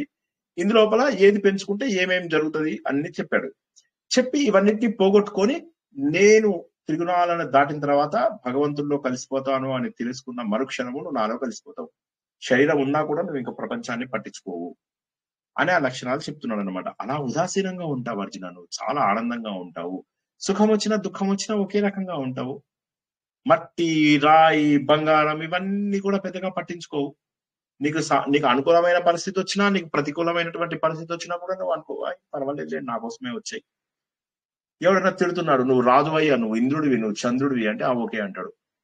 నువ్వు పరమ నీచుడివయ్యా, నిన్ను వీళ్ళు ఇలా అన్నారు వాళ్ళు అలా అన్నారంటే సరే సార్ సంతోషం sir, if you don't mind ఒక్క మాట చెప్తా ఏదండి సార్, ఇంకొద్దిగా తిడతారా నన్ను. ఎందుకంటే నేను ఇంతకు ముందు కూడా చెప్పా, మన చాటుగా అబద్ధపు మాటలు ప్రచారం చేసే వాళ్ళకి మన పాపాలన్నీ వెళ్ళిపోతాయి అని చెప్పేసి చెప్పాం. ఆ కథ అందరికీ జ్ఞాపకం ఉంది కదా, లైట్ హౌస్ కథ. ఇప్పటికి 100 సార్లు చెప్పాను, గుర్తులేని వాళ్ళు చెప్పండి. చెప్పండి సార్. క్లుప్తంగా చెప్తాను. అదేంటంటే ఒక రాజు చాలా మహానుభావుడు, ఆయన దేవతలకు వాళ్ళకు కూడా సపోర్ట్ చేస్తూ ఉంటాడు యుద్ధాలు అవి జరిగినప్పుడు. ఒకసారి ఏమవుతుంది, వెళ్ళి చూస్తాడు, నేను అంత పుణ్యాలే చేశాను కదా అని. వెళ్ళేసరికి చూసేసరికి యమధర్మరాజు ఫ్రెండే. ఆయన అంటాడు, లేదయ్యా ఓ వెనకాల చూడంటాడు. కొండల కొద్ది పాపం కనిపిస్తుంది. ఏమైంది అంటే, ఏం లేదు, ఒకసారి నువ్వు బై మిస్టేక్ ఏం చేసావంటే ఈ తాంబూలం పెట్టే చోపులో ఏమైందంటే అక్కడి నుంచి ఒక మేక ఏదో ఉంటే ఆ మేక దాన్ని కూడా తీసి అందులో పెట్టావు, పెట్టడం వల్ల నీకు అది పాపం వచ్చింది. అంటే తెలియక చేశాను కదా అంటే, తెలిసి చేసినా తెలియక చేసినా పాపం పాపమే కదా, అదంతా ఉంది అంటాడు. మరి ఏం చేయాలి అంటే, నువ్వు ఇవన్నీ అనుభవించాల్సిందే అంటాడు. కొండలు ఉంది కదా అంటే, అవును అది ఇంట్రెస్ట్ తో సహా పే చేయాలి ఇప్పుడు నువ్వు అంటాడు. అనగానే అయ్యయ్యో మరి ఎలాగా అంటే, వెళ్ళి కిందికెళ్ళి నీ బ్రాహ్మిన్స్ ని వాళ్ళని అడుగు, వాళ్ళు ఏదైనా పరిహారం చెప్తారులే, వర్రీ అవ్వద్దు అంటాడు. సరే ఇతను కిందికి వెళ్తాడు, కిందికి వెళ్ళి బ్రాహ్మిన్స్ అందరికి పిలుస్తాడు, పిలిచి చెప్తాడు. వాళ్ళు అంటారు అన్నమాట, ఒక పని చేయండి రాజా, దీనికి ఒక సొల్యూషన్ ఉంది ఏంటంటే, ఊరి చివర ఒక ఒంటి స్తంభం మేడ కట్టించండి, అందులోపల మీ కూతురుని అందులోపల రోజు మీ కూతురుని అక్కడనే ఉండమని చెప్పండి, ఒక నెల 2 నెలల పాటు. రోజు వెళ్ళి మీరు సాయంత్రం మీ కూతురే కాబట్టి ఒకసారి కలిసేసి రండి, ఎలా ఉందో ఏంటో, తనకు బోర్ కొడుతుంది కదా రోజంతా, మీరు ఒకసారి వెళ్ళి కలిసేసి రండి. సరే అంటాడు. ఈయన అలాగే చేస్తూ ఉంటాడు. సరే ఊర్లో వాళ్ళందరూ అంటారు అనమాట, రాత్రి చూసినావా, రాత్రి అయితే ఈవినింగ్ అయితే ఎవరో అమ్మాయి దగ్గరికి వెళ్తున్నాడు అని చెప్పి స్టార్ట్ చేస్తారు. అలా అలా అలా అలా అలా యమధర్మరాజు ఫోన్ చేసి చెప్తుంటాడు అనమాట, నీ పాపాలు చాలా పోతున్నాయి, కొండలు కరిగిపోతున్నాయి, వీళ్ళందరూ పని చేసుకుంటున్నారు, ఈయన మీద అభాండాలు వేసిన వాళ్ళు అందరూ పని చేసుకుంటారు, ఇంకెంత మిగిలిందంటే చాలా కొద్ది భాగం మిగిలింది అని. బ్రాహ్మిన్స్ కూడా సంతోషపడతారు, మేము ఇచ్చిన సలహా రాజు పాటించాడు, సో పాపం పోయింది అని. ఆ బ్రాహ్మణ్ ఇంటికి వెళ్ళిన తర్వాత వైఫ్ అన్నం పెట్టేటప్పుడు, ఏవండి మీకు విషయం తెలుసా అంటది. ఇలాగ అర్థమవుతుంది అవి ఏం చెప్పబోతుందో. ఆపవే అని చెప్పి చెప్పబోతుంటాడు, ఆమె అప్పుడే చెప్తుంది, రాజు తెలుసా వేరే అమ్మాయి దగ్గరికి వెళ్తున్నాడు, రోజు ఒక లైట్ హౌస్ దగ్గరికి వెళ్తున్నాడు, ఒక ఒంటి స్తంభం మేడ దగ్గరికి అని. అయ్యో ఇప్పుడే నవ్వుకుంటున్నానే నేను, ఆ చివరి పాపాలు ఎవరైతే ఉన్నాయో ఆ పాపాలు ఎవరు అనుభవిస్తారా అని, ఇప్పుడు ఆ పాపం నువ్వు అనుభవిస్తావు అని చెప్పేసి అంటాడు. ఈ విధంగా మన చాటుగా మాట్లాడే ప్రతి మాట కూడా వారిని జీవితంలో ఘోరంగా బాధ పెడుతుంది. అది ఎవరైనా కానీ, ఎంత దగ్గర వాళ్ళు కానీ, ఎంత దూరమైన వాళ్ళు కానీ, మన చాటుగా మనకు అబద్ధాలు మాట్లాడిన ప్రతి ఒక్కడు కూడా, మన చాటుగా నేరాలు చెప్పిన ప్రతి ఒక్కడు కూడా ఘోరాతి ఘోరంగా అటువంటిది ఇప్పుడు ఈ రాజు కథలో ఏదైతే ఉందో మన పాపాలన్నీ పనిచేసుకుంటారు. ఏ పాపాలైతే మనం అత్యంత కష్టపడి జీవితంలో ఎంతో క్రూరంగా హింసింపబడి అనుభవించాల్సి వచ్చినటువంటి పాపాలు ఉంటాయో అవన్నీ శుభ్రంగా అందరూ పనిచేసుకుంటారు. సో కాబట్టి ఎవడైనా మనని నింద చేసినా మనం పట్టించుకోవద్దు, పొగిడినా పట్టించుకోకూడదు. ఎందుకంటే పొగడ్డం ఎందుకు పొగుడుతారు వాళ్ళు, ఏదో మన గురించి ఒక చిన్న పాయింట్ తెలిసి పొగుడుతారు అంతే. దానికి మనం పెద్ద పట్టించుకొని దానికి తీస్మార్కాన్లాగా ఫీల్ అవ్వకూడదు. ఇప్పుడు నేను ఒక ప్రవచనకర్తని కాదు, ఏమి కాదు, ఒక సామాన్యుడిని. నేను మా బైక్ ఎక్కడానికి వచ్చాను, వస్తుంటే నేను బైక్ తీయబోతుంటే ఒక ఆయన వచ్చాడు, సార్ మీ పేరు దర్బార్ శ్రీనివాస అంటే, అవునంటే ఆయన మాట్లాడి, నేను మీ ఫలానా క్లాసెస్ చూస్తున్నాను సార్, చాలా బాగా చెప్తారు అని అన్నాడు. అని నాకు సంతోషం వేసింది, కానీ దాన్ని గర్వంలోకి దించకూడదు. ఎందుకంటే ఆయన నన్ను ఒక చిన్న యాంగిల్లో మాత్రమే చూశాడు. అంటే నా జీవితంలో ఆయన నన్ను చూసింది కేవలం 1% మాత్రమే, 1% కూడా కాదు, 0.5% మాత్రమే చూసి నన్ను పొగిడాడు. కానీ నా జీవితంలో there are hundreds of things that are there. కానీ ప్రతి ఒక్కడు బయటవాడు మనల్ని చూసేది ఏదో ఇంత భాగం మాత్రమే చూస్తాడు. సో ఒక పార్శ్యాన్ని మాత్రమే చూసి మనల్ని పొగిడే వాళ్ళైనా మనల్ని తిట్టే వాళ్ళైనా మనకు అవసరం లేదు. మానము అవమానము రెండింటినీ సమానంగా చూడాలి, శత్రువుని మిత్రుని ఒకే రకంగా చూడాలి. అనవసరమైనటువంటి ప్రయత్నాలు చేయకూడదు. అంటే ఇంకా సంపాదించాలి. మనము అజగర న్యాయం మధుకర న్యాయం తెలుసుకున్నాం. అజగర న్యాయం లాగా ఎంత దొరికిందో దాంతో సంతోషపడు, ఇంతే, సింపుల్. ఇవే లక్షణాలు మళ్ళీ మనము భక్తుడికి కూడా తెలుసుకున్నాం. ఒకసారి ఆలోచించండి, 12వ చాప్టర్లో తెలుసుకున్న లక్షణాలకి ఇప్పుడు తెలుసుకున్న లక్షణాలకి ఏమన్నా తేడా ఉన్నాయా? ఎవరైనా చెప్పండి, వాటికి వీటికి ఏమన్నా తేడా ఉందా? భక్తుడి లక్షణాలు ఎలా ఉండాలి అనేవి 12వ అధ్యాయంలో తెలుసుకున్నాం. త్రిగుణాలకు అతీతంగా ఉండేవాడు ఎలా ఉంటాడు అనేది ఇప్పుడు తెలుసుకున్నాం. సుఖాలలో దుఃఖాలలో ఒకే రకంగా ఉండాలి, మట్టి రాయి వీటన్నిటిని ఒక రకంగా చూడాలి, శత్రువులతోని మిత్రులతోని సమానంగా ఉండాలి, నిందాస్థుతులతోని సమానంగా ఉండాలి, అనుకూల పరిస్థితులలో ప్రతికూల పరిస్థితులలో ఒకే రకంగా ఉండాలి, ఇవన్నీ ఒకే ఉదాసీనంగా ఉండాలి. ఇవన్నీ మనం 12వ అధ్యాయంలో కూడా తెలుసుకున్నాం. ఇలాంటి లక్షణాలే మనం 13వ అధ్యాయంలో కూడా తెలుసుకున్నాం, 20 లక్షణాలు. సో 12వ అధ్యాయంలో ఏమో భక్తి, 13వ అధ్యాయంలో జ్ఞాని యొక్క లక్షణాలు, 14వ అధ్యాయంలో త్రిగుణాలు దాటినటువంటి వ్యక్తి, అంటే దేవుడికి దాదాపు సమానం. భక్తుడు, జ్ఞాని, దేవుడికి సమానమైనటువంటి వ్యక్తి. మళ్ళీ ఒకసారి వినండి, 12వ అధ్యాయంలో భక్తుడు, 13వ అధ్యాయంలో జ్ఞాని, 14వ అధ్యాయంలో దేవుడికి సమానమైనటువంటి వ్యక్తి, త్రిగుణాలు దాటినటువంటి వ్యక్తి. ఈ ముగ్గురి లక్షణాలు ఒకే రకంగా ఉన్నాయా లేదా? ఎవరన్నా మాట్లాడండి. నిద్ర లేవండి, కమాన్ వేకప్. చాలా డీప్ గా. సాయంత్రం 9 అయిందంటే సార్ కుదురుతలేదు రైట్ సార్. సార్. 9 అయిందంటే ఏం నిద్ర వస్తుంది తెలుసా సార్? అన్న మీరు మాట్లాడుతుంటే మాత్రం మస్తు నిద్ర వస్తుంది సార్. అసలు మీ డాక్టర్లు అంతా ఫోన్ చేసి చెప్తున్నారు సార్ మా భక్తిలో లీనమైనప్పుడు మాకు భక్తిలో లీనమైనోడు చెప్పచ్చు. ఒక్క నిమిషం పొట్ట కొడుతున్నారు సార్ మాకు. ఎందుకంటే మా దగ్గర వీళ్ళందరూ స్లీపింగ్ పిల్స్ కోసం వచ్చేవాళ్ళు. ఇప్పుడు ఎవ్వరు రావడం లేదు సార్. అద్భుత పడి పడి నిద్రపోతున్నారు. మంచి నిద్రపోయేసరికి ఉంది ఆరోగ్యంగా మిగతా రోగాలు కూడా తగ్గిపోతున్నాయి. సో మీ డాక్టర్స్ అంతా నాకు కంప్లైంట్ చేస్తున్నారు, నా మీద గొడవకు వస్తున్నారు. మీ డాక్టర్లు అంతా మంచి నిద్రపోనిస్తున్నారు సార్, మీ స్టూడెంట్స్ చాలా బాగా నిద్రపోతున్నారు. మీ స్టూడెంట్స్ కి నిద్ర కాంపిటీషన్ పెడితే వీళ్ళే ఫస్ట్. వాళ్ళని కూడా రమ్మనండి సార్. అంతేనా? మాకు జ్ఞానం పెంచుతున్నారు సార్.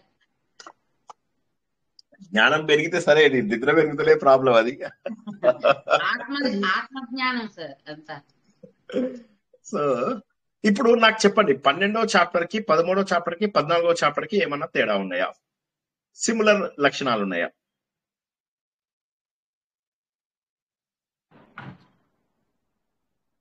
పన్నెండవ అధ్యాయంలో మనం 35 భక్తి భావన పెంచుకోవటం, ఒక భక్తుడు ఎలా ఉండాలో చెప్పారు. 13 ఏమో క్షేత్రజ్ఞుడిగానే ఉన్నాయి సార్. అన్ని ఒకటే సమాధానాలు, అన్ని ఒకటేలాగా ఉన్నాయి. అది ఆన్సర్, అదొకటే ఆన్సర్, ఇంకా వేరేవేవి కాదు ఆన్సర్స్. ఎందుకంటే భక్తుడైనా అంటే భక్తి పరాకాష్ఠ చెందితే జ్ఞానం, కర్మ యొక్క పరాకాష్ఠతే జ్ఞానం. తర్వాత త్రిగుణాలకు అతీతంగా వెళ్ళిపోయాడు అంటే జ్ఞాని. సో 13వ అధ్యాయం 14వ అధ్యాయం జ్ఞానులకు సంబంధించినవే.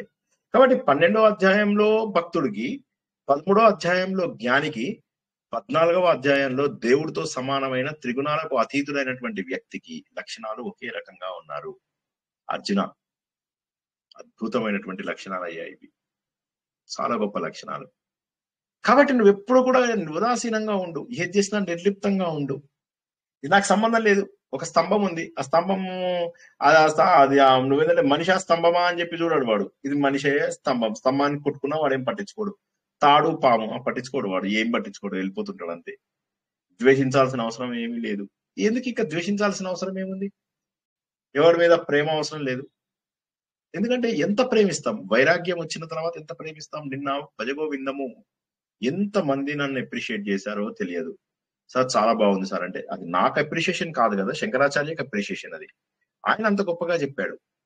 ఎందుకంటే వైరాగ్య భావన తెప్పిస్తున్నాడు. మనము అందులోపల ఏం తెలుసుకున్నాము?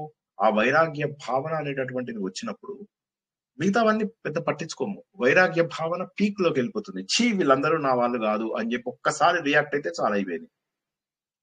ఆ వైరాగ్యం వచ్చినప్పుడు ఏమనిపిస్తుంది అంటే ఇక ఎవరిని ద్వేషిస్తాం? మీ ఇంట్లో వాళ్ళే నీ శవాన్ని చూసి భయపడతారు అని చెప్పాడు ఆయన. ఇంకప్పుడు ఎవరిని ద్వేషించాలి? కాబట్టి మనము ముందు మార్చుకోవాలి. మన శరీరము ఒక 4 రోజులు స్నానం చేయకండి, 4 రోజులు పళ్ళు తోముకోకండి. దాన్ని అసహించుకుంటామా? లేకపోతే మంచి టైం వచ్చినప్పుడు శుభ్రం చేసుకుంటామా? సో శుభ్రం చేసుకుంటాం. మనమే అంత అసహ్యంగా ఉన్నా కూడా మనమే ద్వేషించుకోనప్పుడు బయట వాళ్ళని ఎలా ద్వేషిస్తాం? కాబట్టి ద్వేషించం. ఇంకా అటువంటి లక్షణాలు వస్తాయి 3 గుణాలకు అతీతంగా వెళ్ళైన వాళ్ళు అర్జున. కానీ ఈ లక్షణాలు రావాలి అంటే గుర్తుంచుకో, నన్ను నిష్కల్మషంగా ప్రేమించాలి. నిష్కల్మషమైనటువంటి భక్తి ఏదైతే నువ్వు 12వ చాప్టర్ లో నేర్చుకున్నావో. సార్ భక్తి అంటే ఏంటి సార్? ఒక హారతి తీసుకొని దేవుడికి ముఖమంతా నల్లగా చేయడం. అదేం సినిమా? స్వర్ణకమలం. తోక దేవుడా తెలియకుండా పోతుంది. ఏ దేవుడో తెలియకుండా హారతిని ఇచ్చేయడం. దేవుడా తోక దేవుడా అనేసి డిసైడ్ చేసుకుంటారు సార్. తుడిస్తే అప్పుడు కనిపిస్తుంది తొండం దేవుడా తోక దేవుడా అనేసి. స్వర్ణకమలంలో అదే విధంగా ఇంకా కొంతమంది ఏం చేస్తారు, ఉపవాసాలు అంటారు.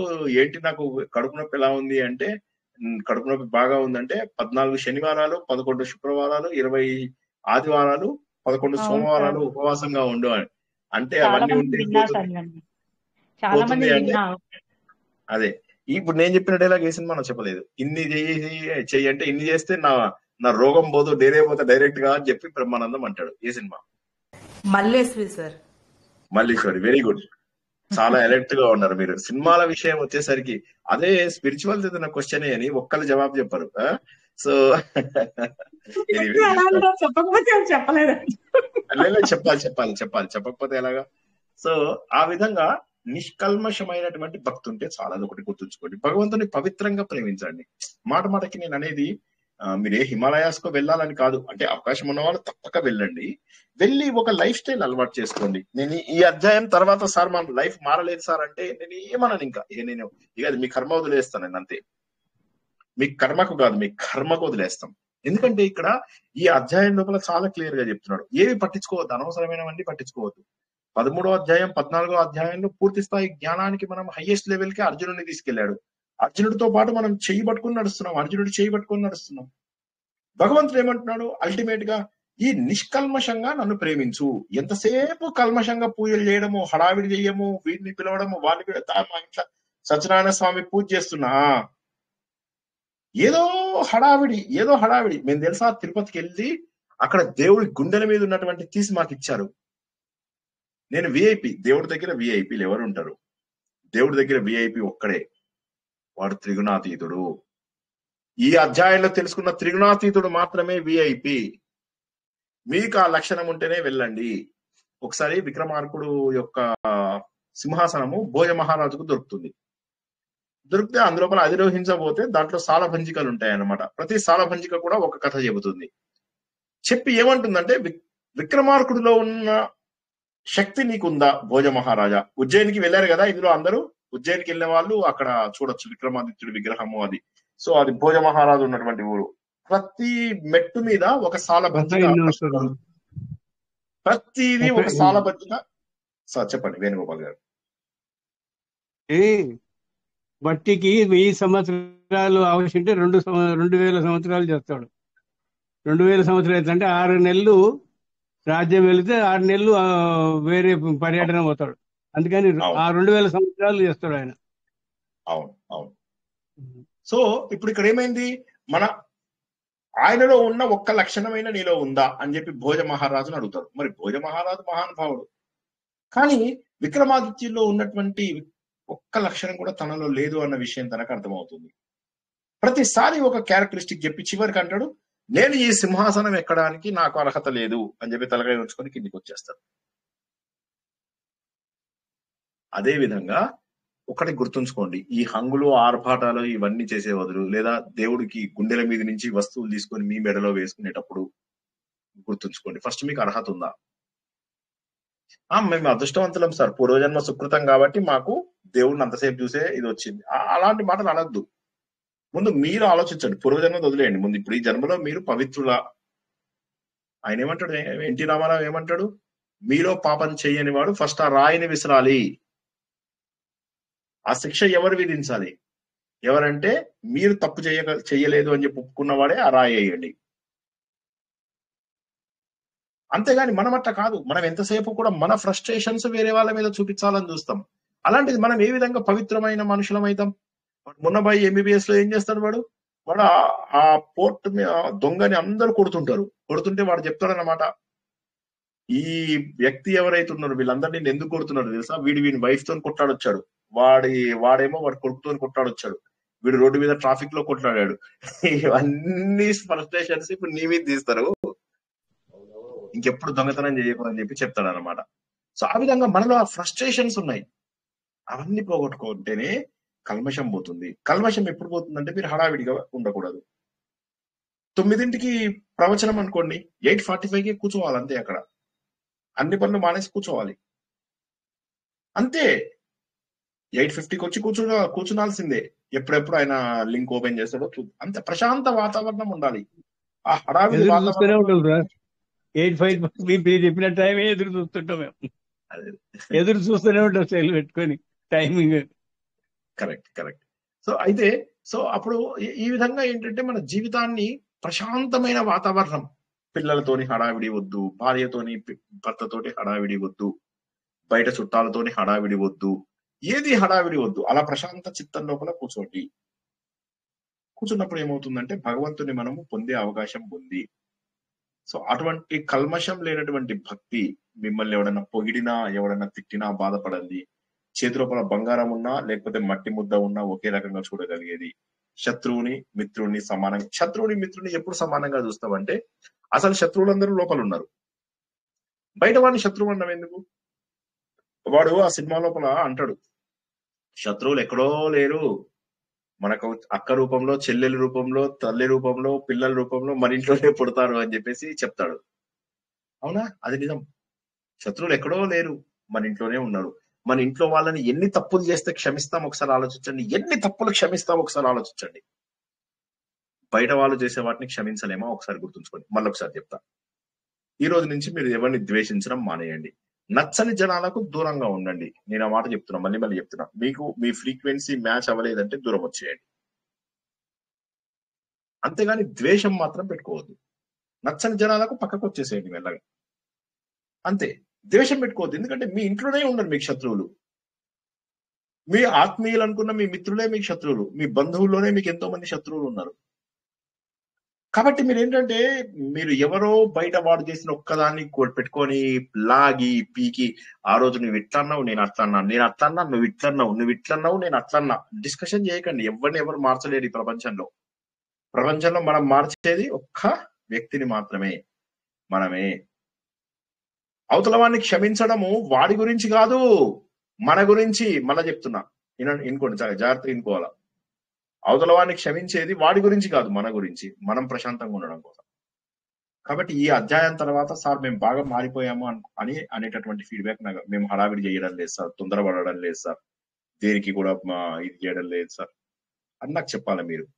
అప్పుడే నాకు సంతోషం, అప్పుడు మాత్రమే మీకు కల్మషం పోతుంది. ఇవన్నీ పోయినప్పుడే కల్మషం పోతుంది. ఎవరిని ద్వేషించకండి, వదిలేయండి, వాడి జీవితం అంతే. ఇప్పుడు పుట్టడమే, మీరేం అపకారం చేయకుండానే మీకు ఒక గ్రూపు, గురువు గ్రూపు, ఒక గ్రూపు శని గ్రూపు, ఐదర్ వీళ్ళు శత్రువులు అవుతున్నారు, లేదా వీళ్ళు మిత్రులు అవుతున్నారు, లేదా వీళ్ళు మిత్రులు అవుతున్నారు, వీళ్ళు శత్రువులు అవుతున్నారు. ఏం చేస్తాం? పుట్టడంతో మీకు శత్రువులు తయారవుతున్నారు. అటువంటప్పుడు మీరు ఎవరెవరినో వీళ్ళని వాళ్ళని ద్వేషించడంలో అర్థమైంది, మీకు పుట్టడం మీ జాతకమే అట్లా ఉంది, మీ జాతకం కాదు. మీ ఇంట్లో మీకు బాగున్నప్పుడు మీ వైఫ్ జాతకం బాగుండదు, వైఫ్ జాతకం బాగుంటే పిల్లల జాతకం బాగుండదు. ఎవడో ఒకరికి ఏళ్ళాటి శని నడుస్తుంది, అష్టమ శని నడుస్తుంది, అర్ధాష్టమం నడుస్తుంది, ఎవరికో ఒకరికి కుజ దోషం ఉంటుంది, ఈ దోషం ఉంటుంది, ఆ దోషం ఉంటుంది, రకరకాల దోషాలు ఉంటాయి. ఇంట్లోనే బోల్డ్ ప్రాబ్లమ్స్. ఇంకా బయట విషయాలు నా మాట వినండి. ఇంకా ఈ రోజు నుంచి హడావిడి మానుకోండి.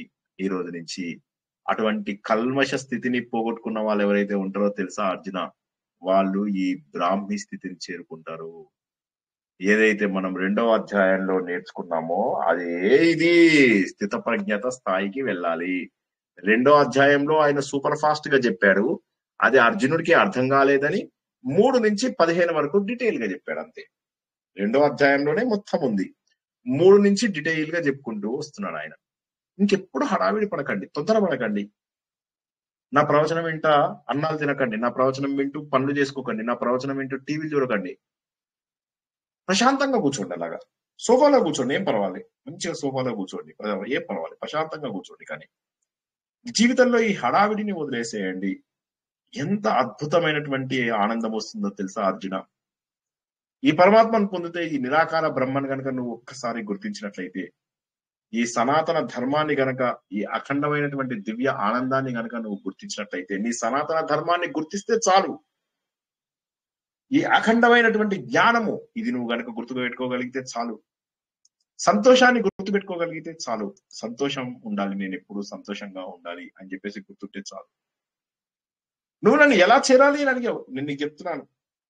ఈ గుణాలు ఏవైనా కూడా వాటి ఫలితాలను ద్వేషించకుండా ఉండు. ఇందాక చెప్పినటువంటి లక్షణాలన్నీ పెట్టుకో. అన్నింటినీ సమానంగా చూసినట్లయితే ఆ అమృత తత్వానికి నువ్వు దగ్గర అవుతావు అర్జున. అమృత తత్వానికి నువ్వు దగ్గర కావాలి, ప్రశాంతమైనటువంటి చిత్తికి నాకు దగ్గర కావాలి. నా గురించే నిత్యం ఆలోచిస్తూ, నా గురించి అంటే భగవంతుడు రామ రామ రామ రామ కాకుండా నిరాకార పరబ్రహ్మం గురించి నిత్యము ఆలోచిస్తూ అద్భుతమైనటువంటి లక్షణాలను మనలో అలవర్చుకోవాలి. అప్పుడు శాశ్వతమైనటువంటి బ్రహ్మ మనకు దొరుకుతాడు. ఆ విషయాన్ని నువ్వు గుర్తుంచుకో. ఎట్టి పరిస్థితుల్లో కూడా వీటి లక్షణాలు చెప్పాను అర్జున, నీకు సాత్విక రాజసిక తామసికం అంటే ఏంటో చెప్పాను, వాటి లక్షణాలు చెప్పాను, అవి నీలో ఉన్నప్పుడు ఏం జరుగుతుంది అని చెప్పాను, నువ్వు ఏ ఏ లోకాలకు వెళ్తావు అనే విషయం కూడా చెప్పాను, వాటిని ఎలా పోగొట్టుకోవాలో కూడా చెప్పాను, నువ్వు త్రిగుణాలు దాటినాక ఎలా ఉంటావో కూడా చెప్పాను. ఇప్పుడు ఇక నీ పైననే ఆధారపడి ఉంది. సాతారా రాగాత్మకమైనటువంటి రజస్సుని, అజ్ఞానాత్మకమైనటువంటి తమస్సును పోగొట్టుకుని ప్రకాశవంతమైనటువంటి ఆ వెలుతురు వైపు మనం ప్రయాణం చేద్దాం. అసతోమా సద్గమయ, తమసోమా జ్యోతిర్గమయ, మృత్యోర్మా అమృతం. ఆత్మసుఖము వీడి నీ ఆట కొరకు పాత్ర పోషణ చేసి సూత్రధారి విశ్రమించదని పాదం ఆశ్రయించి పరమ కరుణాంతరంగా శ్రీ పాండురంగ. జై శ్రీకృష్ణ. మొత్తం మీద 14వ అధ్యాయము 4 భాగాలుగా సుమారుగా 250 ఉదాహరణలు తెలుసుకొని పూర్తి చేసుకున్నాము. కొన్ని సినిమాల గురించి తెలుసుకున్నాము, కొన్ని నిత్య జీవితంలో జరిగే విషయాల గురించి తెలుసుకున్నాము. పూర్తిగా మనం ఉదాహరణల ద్వారా మనము ఈ అధ్యాయాన్ని పూర్తి చేసుకున్నాం. ఏమన్నా ప్రశ్నలు ఉంటే మీకు ఎలా అనిపించిందో చెప్పండి.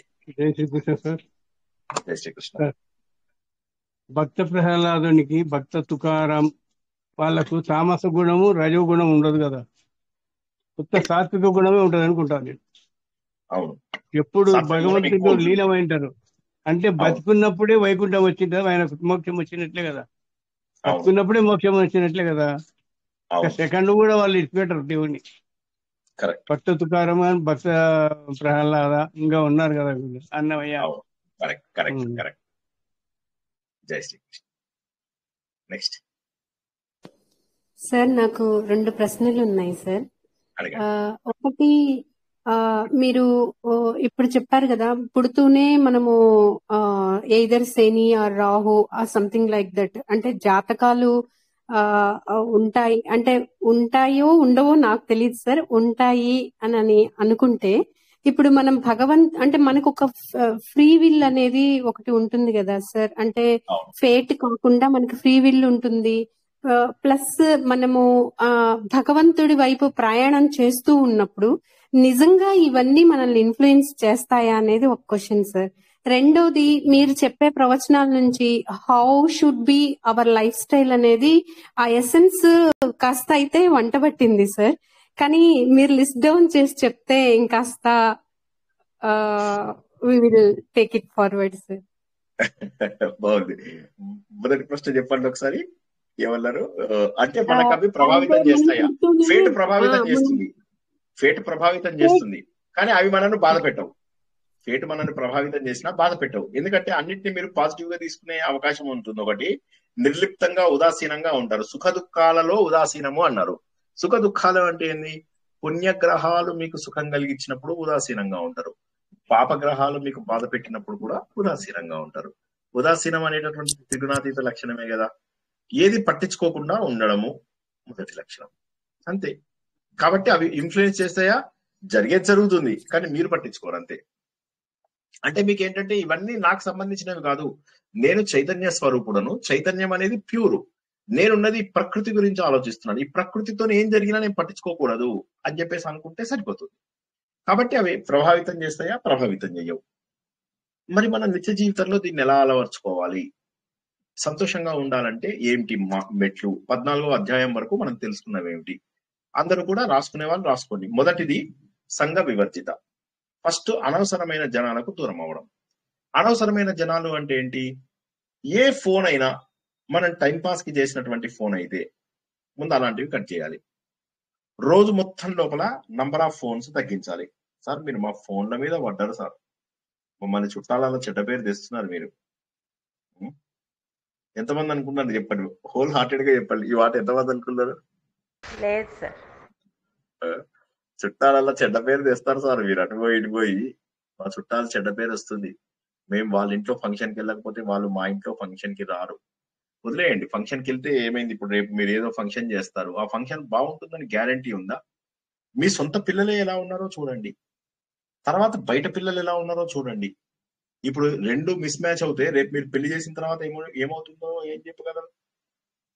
ఎన్ని సమస్యలు వస్తాయో పెళ్లి తర్వాత మీకేం తెలుసు? సమస్యలు రాకుండా ఉన్నాయి 2 రకాలు. ఒకటేమో సమస్యలు వస్తాయి, ఇంకోటి సమస్యలు రావు.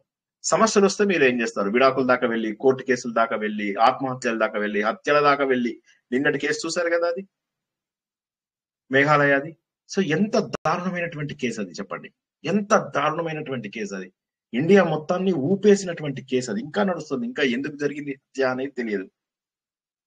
సో ఒకసారి ఆలోచిస్తే ఎటువంటివి జరుగుతున్నాయి. మనకు జరగవు అని అనుకోవడం మన దురదృష్టం ముందు నెంబర్ 1. కాబట్టి ఏంటంటే నేనేదో ఫంక్షన్ చేయాలి, ఏదో చేయాలి, ఇదో చేయాలి, నా బాధ్యత ఏమనుకోవద్దు. అయిపోయింది, ఆ రోజులు పోయినాయి. మొదటిది సక్సెస్ అవ్వకపోతే, సక్సెస్ అయితే ఒకవేళ నేను చేసిన పెళ్లి సక్సెస్ అయింది, ఓకే. సక్సెస్ అయిన తర్వాత ఏమవుతుంది, అక్కడితో రాగదు. కొడుకు కోడలు ఇద్దరు ఉద్యోగాలకు వెళ్తారు. పిల్లల బాధ్యత మీ మీదకి వస్తుంది. మోహంలో దిగిపోతారు. మళ్ళీ సక్సెస్ అయిన డేంజరే, సక్సెస్ కాకపోయినా డేంజరే. కూతురు అల్లుడు కొట్లాడుకున్నారు, కొడుకు కోడలు కొట్లాడుకున్నారు, ఏం చేస్తారు? ఆడపిల్లతో వాళ్ళు ఊరుకుంటున్నారా? ఈ రోజులో మగపిల్ల వాళ్ళ సైడ్ ఊరుకుంటున్నారా? అంతా వదిలేయండి. పెళ్లిళ్ళ లోపలనే కొట్లాడుకుంటున్న వాళ్ళు ఎంతమంది ఉన్నారో ఒకసారి చూడండి. పెళ్లిళ్ళ లోపలే, పెళ్లి జరుగుతుంది, ఇంకా పెళ్లి కాలేదు, పెళ్లైన తర్వాత గొడవలు ఎట్లాగుంటాయి. పెళ్లిళ్లలో కూడా కొట్లాటలు అయిపోయి వాళ్ళని కొట్టుకొని కోర్టు కేసులు వేసుకొని పోలీస్ కేసులు వేసుకున్నవి ఎన్నున్నాయి. కాబట్టి ఏంటంటే ఏదో నేను ఈ ఫంక్షన్ 50 లక్షలు ఖర్చు పెట్టి చేశాను తెలుసా పెళ్లి అంటారు. 6 నెలల తర్వాత వీళ్ళు విడిపోయారు. ఏం చేస్తారు? 498 సెక్షన్ ఉంది. ఆ సెక్షన్ ఎంత దుర్వినియోగం అవుతుందో మొన్న ఆర్నబ్ గోస్వామి చెప్పారు. సో ఇవన్నీ చూస్తుంటే మనకేమనిపిస్తుంది, ఇది మన బాధ్యతలు అనుకుని ఇవి నిర్లిప్తంగా చెయ్యండి. ఏదో సింపుల్ రిజిస్టర్ మ్యారేజ్ చేయండి. లేదు సార్ శాస్త్రోక్తం, నా ఏంటి శాస్త్రోక్తము, ఏమిటి శాస్త్రోక్తం నాకు చెప్పండి. బ్రాహ్మిన్స్ అంటుంటే ఏమిటండి వాడు మాట్లాడుతున్నది, ఏమిటి శాస్త్రోక్తము? ఏం లేదు, శాస్త్రోక్తం ఏం లేదు. అటు పెళ్లి కొడుకు కబుర్లు చెప్తాడు, ఇటు పెళ్లి కూతుర్లు కబుర్లు చెప్తారు, ఇటు వీళ్ళు కబుర్లు చెప్తారు, అటు వాళ్ళు కబుర్లు చెప్తారు, బ్రాహ్మణుడు కబుర్లు చెప్తాడు. సగం శాస్త్రోక్తంగానే జరగదు, లేని పాపాలు నెత్తికి చుట్టుకుంటాయి. ఇక మూడవది ఏంటంటే ఉదాసీనంగా ఉండడం. కష్టం వచ్చినా సుఖం వచ్చినా ఒక రకంగా తీసుకోగలం అంటే తీసుకోగలం. ఎందుకంటే ఏ కష్టము చిరకాలం ఉండదు, ఏ సుఖము చిరకాలం ఉండదు. ఆలోచన ద్వారా కష్ట సుఖాలని సమానంగా చూడగలుగుతాం మనం. ఇప్పుడు నాకు కష్టాలు రాలేదంటారా జీవితంలో? లేకపోతే నేను పిల్లల్ని ఏమన్నా బయటపడేసానా? కాదు కదా. కానీ పట్టించుకోకుండా, అంటే అనవసరమైన విషయాలు పట్టించుకోకుండా. పిల్లలు మన జీవితంలో భాగము, పిల్లలే మన జీవితం కాదు. నంబర్ 1, పిల్లలపైన మోహం పెంచుకోకూడదు. వాళ్ళని గుడ్ సిటిజన్స్ గా చేయడం వరకు మన బాధ్యత. మేము గుడ్ సిటిజన్స్ అంటే మరి వాళ్ళే అనుభవిస్తారు, ఎక్కువ కష్టపడక్కర్లే. ఇప్పుడు పూర్వకాలానికి ఈ కాలానికి ఏమిటి తేడా? ఇందాక ఒకరు ఫెమినిజం గురించి ఒక ఆడావిడ చెప్తున్నారు అనమాట. ఫెమినిజం అంటే ఏంటి అంటే బండ బూతులు మాట్లాడుతూ, సిగరెట్ తాగుతూ, డ్రింకింగ్ చేస్తూ, నేను డబ్బు సంపాదిస్తున్నాను నాకేంటి అని చెప్పేసి భర్త పైన గాని, ఇంట్లో ఉన్న అమ్మ నాన్న పైన గాని, అత్త మామ పైన గాని, బావమరుదుల పైన గాని, ఎవరిపైన తను ప్రేమగా ఉండకపోవడము, ఎవరిని కూడా లెక్క చేయకుండా ఉండడం ఫెమినిజం అయింది. అదే కావాల్సింది మనకు, అదే మన పెంపకము. సో మనం ఇలా ఆలోచించినప్పుడు ఏంటంటే మన పెంపకం కరెక్ట్ ఉందా లేదా, మన పిల్లలు ఎంతవరకు కరెక్ట్ ఉన్నారు మనం ఒకసారి చూడాలి. మన పిల్లలు మననే క్వశ్చన్ చేస్తున్నారు, నీదే తప్పు అమ్మా, నాన్న నీదే తప్పు, తాత నీదే తప్పు. ఎందుకంటే వాళ్ళని మనం చిన్నప్పుడు సరిగా పెట్టలేదు కాబట్టి. మొక్క వంగనేది మానయ్య వంగున వంగదు. కాబట్టి ఏంటంటే మనము ఉదాసీనంగా ఉండి మనం చేసే బాధ్యత సరిగా చేయాలి. ముందు మనము మన ఇల్లు చక్కబెట్టుకోవాలి ఫస్ట్. అది పెట్టుకోకుండా మనం బయట వాటికి పాల్గొనాలి. తర్వాత ఇంకొక విషయం, ప్రశాంతంగా ఉండాలంటే ఏం చేయాలి? 3 విషయాలు చెప్పాను. ఇప్పుడు 4వ విషయం ఏంటంటే స్వాధ్యాయం. నిరంతరము చదువుకుంటూ ప్రవచనాలు వింటూ ఉంటే మనసు కరుగుతుంది. మనసు కరిగి గట్టిపడుతుంది, స్థిరపడుతుంది. ఈ ప్రపంచం అంతా కూడా లోకా సమస్త ఆయన ఏమన్నాడు నిన్న, శోకగత, ఇదంతా కూడా శోకగ్రస్తం ఉన్నది. శోకగ్రస్తమైనటువంటి ఈ ప్రపంచంలో నువ్వు ఏదో ఆనందం కావాలి అని వెతుక్కోకయ్యా. ప్రపంచంలో ఉన్నది నీకు సుఖం అనిపిస్తుంది. సుఖం అనేది కేవలం భ్రమ మాత్రమే. కాబట్టి ఆ భ్రమ నుంచి నువ్వు బయటపడాలి అని చెప్పేసి తెలుసుకున్నాం మనం భజగోవిందంలో. భజగోవిందం మీ అందరికి ఎంత ఇష్టమైతుందో తెలుస్తుంది కదా. ఎన్నిసార్లు ఒక్కొక్కరు వింటున్నారో అది కూడా నేను ఆశ్చర్యపోతున్నా. సో భజగోవిందం చాలా మంది వింటున్నారు, భజగోవిందం చాలా మందికి నచ్చుతోంది. దాని కారణం ఏంటంటే చాలా సింపుల్ గా ఉండడం, కానీ అదే క్వాలిటీస్ మనం అన్నిటిలో నేర్చుకుంటున్నాం. సో ఆ విధంగా నిర్లిప్తతతో ఉండడము, అత్యాశ దురాశ ఉండకుండా ఉండడము, అనవసరంగా వస్తువులను పోగు చేసుకోకుండా ఉండడము. మన జీవితంలో ఏది కూడా మనము 20% వాడుకోము. మనకు ఉన్నటువంటి బట్టలు, కబ్బోర్డ్ లో ఉన్న బట్టలు మనం మొత్తం వాడుకోము. చెప్పులు మనం 20% కంటే ఎక్కువ వాడుకోము. మనకున్న బుర్రని 1% కూడా వాడుకోము. మనకు కార్ లోపల 100 ఫీచర్స్ ఉంటాయి, 10 ఫీచర్స్ కూడా వాడుకోము. మా వైఫ్ ఒకసారి మైక్రోవేవ్ కొన్నది, 120 రకాల వంటలు చేసుకోవచ్చు ఈ మైక్రోవేవ్ లో అంది. అని చెప్పేసి చాలా ఎక్స్పెన్సివ్ మైక్రోవేవ్ కొన్నది. కొన్నప్పుడు నేనేమన్నానంటే 120 వంటలు కదా, నో ప్రాబ్లం చేసుకుందాం. కానీ సంవత్సరం అయిన తర్వాత నాకు 3 వంటలు చేసి చూపించు చాలు. ఇప్పుడు మేము కొని 10 ఏళ్ళు అయింది, ఇప్పటివరకు ఒక్క వంట కూడా చేసుకోలేదు. అంటే అవసరం లేనివి మనం వాడుకుంటాం. క్యాంప్ కార్డర్ కొన్నప్పుడు ఇది మోడర్న్, దీంట్లో అన్ని క్వాలిటీస్ ఉన్నాయి, అన్ని రకాల ఫంక్షన్స్ ఉన్నాయి అనుకుంటాం. 10% కూడా మనం వాడం. సో మనము అవసరం లేని వాటికే ఎక్కువ సమయాన్ని కేటాయిస్తున్నాము. అదే విధంగా మీకు అర్థమైందా నేను చెప్పిన పాయింట్, లాస్ట్ పాయింట్? ఏ విధంగానైతే మనం జీవితంలో అనవసరమైన వాటిపైన ఎక్కువ మనం పెడుతున్నామో, అదే విధంగా మన సమయాన్ని కూడా అనవసరమైన వాటిపైననే పెడుతున్నాము.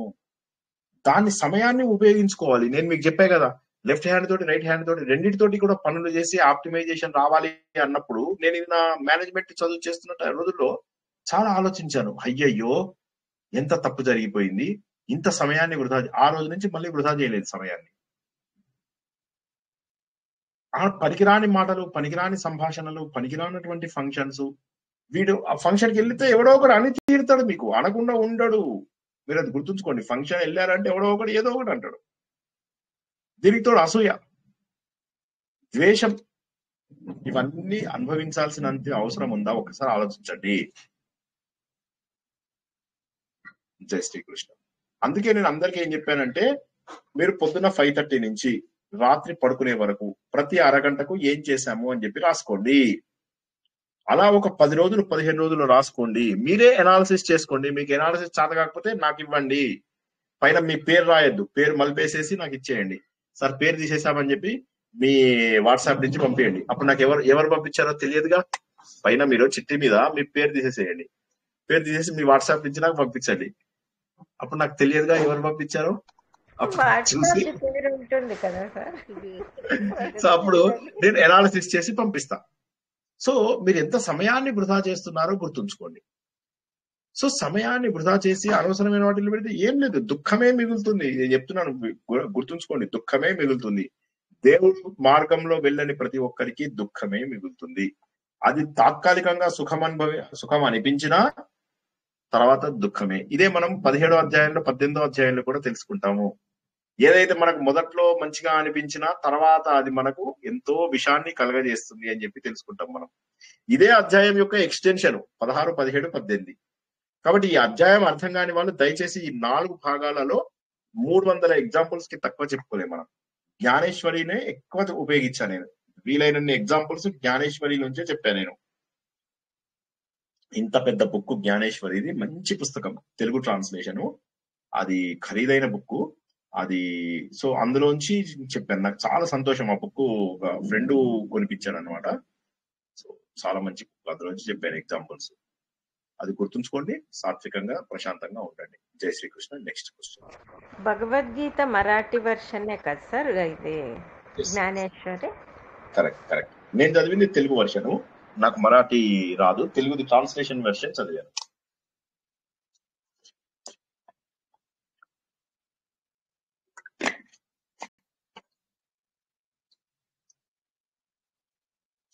ఇంకెవరికి ఏం ప్రశ్న లేకపోతే ఈ రోజు ముగించు. ఒక్క నిమిషం, మీరు ప్రశ్న అడిగే లోపల ఒక్క మాట. రేపు ఒక్క రోజుకి 7 గంటలకు మన ప్రవచనం ఉంటుంది. అది అరగంట మాత్రం ఉంటుంది. తర్వాత 10 నిమిషాలు ప్రశ్న జవాబులు. రేపు ఒక్క రోజుకి, ఎందుకంటే రేపు నాకు 8 నుంచి మీటింగ్ ఉంది. అది 10 వరకు వెళ్లే ఛాన్స్ ఉంది. 9కి అయిపోతే బాగుంటుంది, కానీ 10 వరకు అయ్యే ఛాన్స్ ఉంది. తర్వాత 7:45కి ఎట్టి పరిస్థితుల్లో క్లోజ్ చేయాలి. 7:45కి నా పిల్లల్ని RSS గ్రౌండ్ లోపల దింపాలి. అక్కడి నుంచి నేను మీటింగ్కి వెళ్ళాలి. సో మళ్ళొక్కసారి చెప్తున్నా, రేపు ఒక్క రోజు కోసం మాత్రము భగవంతుడి స్వరూపం గురించి తెలుసుకునే విష్ణు సహస్రనామము రేపు మనకు చాలా అద్భుతంగా డీటెయిల్ గా ఇప్పటివరకు తెలుసుకున్న విషయాలను పునశ్చరణ చేయిస్తూ ముందుకు వెళ్దాము భగవంతుడి యొక్క అసలు స్వరూపం తెలుసుకోవడానికి. రేపు ఒక్కరోజు 7 o'clock ఉంటుంది మనకు. ఎల్లుండి శ్రీమన్నారాయణీయం సమయము నేను మళ్ళీ ఒకసారి కన్ఫర్మ్ చేస్తాను. సాటర్డే నాడు 2 ప్రవచనాలు ఉంటాయి. ఒకటి శ్రీమన్నారాయణీయము మధ్యాహ్నం పూట ఉంటుంది, రాత్రిపూట సభాపర్వం పూర్తవుతుంది సంపూర్ణ మహాభారతంలో. మళ్ళొకసారి చెప్తున్నా, రేపు 7 గంటలకు ప్రవచనము, రేపు 9 గంటలకు ఉండదు. 7 గంటలకే అందరూ సిద్ధంగా ఉండండి. 14వ అధ్యాయం అంతా అయిపోయిందా సార్? ఇప్పుడు చెప్తారా? అయిపోయింది. అంటే 4వ భాగం ఇది. ఇప్పటికే చాలా లేట్ గా చెప్పారు, చాలా స్లోగా చెప్పారు. ఎప్పుడు ఇంత స్లోగా చెప్పలేదు. కాకపోతే ఏంటంటే జనాలు మారుతామని అన్నారు కాబట్టి ఇంకా స్లోగా చెప్పారు అన్నమాట. సో ఈ రేపు 7 గంటలకు ప్రవచనము, శనివారం నాడు 2 ప్రవచనాలు, నారాయణీయము మరియు సంపూర్ణ మహాభారతము. రేపు విష్ణు సహస్రనామం తెలుసుకోవడం 7 o'clock కి భగవంతుడి యొక్క అసలు స్వరూపాన్ని నామముల రూపంలో మనము తెలుసుకుంటూ ఉంటాం. జై శ్రీకృష్ణ. చక్రలక్ష్మి గారు, ఇప్పుడు మీరేదో ప్రశ్న. అదే హిమగిరి శిఖరం బుక్ పెడతా అన్నారు కదా సార్, అడ్రస్ అదే మల్లారి స్వామి. రైట్, నేను మర్చిపోతా. ఒకసారి ప్రవచనం అయిపోయిందంటే ఇక మర్చిపోతున్నా నేను. ఒక్కసారి గ్రూప్ లో పెట్టండి, నేను తప్పకుండా పెడతాను అది. ప్లీజ్ గ్రూప్ లో ఒక్కసారి రిమైండర్ పెట్టండి, పర్సనల్ గా కాదు, గ్రూప్ లో రిమైండర్ పెట్టండి, నేను పెడతాను. జై శ్రీకృష్ణ. ఇంకెవరికైనా ఏమైనా ప్రశ్నలు ఉన్నాయా? అందరికీ వర్షం పడుతుంది అనుకుంటా, కూడా చాలా పెద్ద వర్షమే, కుంభవృష్టి. సార్ మాకు పడట్లేదు సార్ వర్షం. చాలా పెద్ద వర్షం, పెద్ద వర్షం. కరెంట్ పోయింది. అదే మాకు పోయే ఛాన్స్ ఉంది, అందుకోసమే తొందరగా ఇంకెవరికి ఏం ప్రశ్నలు లేకపోతే ముగించుకుందాం, సరేనా? వీలైనంత రివిజన్ చేసుకుంటే. ఏమన్నా ప్రశ్నలు ఉన్నాయా ఇంకా ఎవరికైనా? ఏం లేదు సార్, మంచిగా అర్థమైంది, ఆచరించడే ఉంది ఇక. చాలా సింపుల్, అసలు ఏం పెద్ద ఇది లేదు, చాలా సింపుల్ గా ఆచరించవచ్చు. ఓకేనా?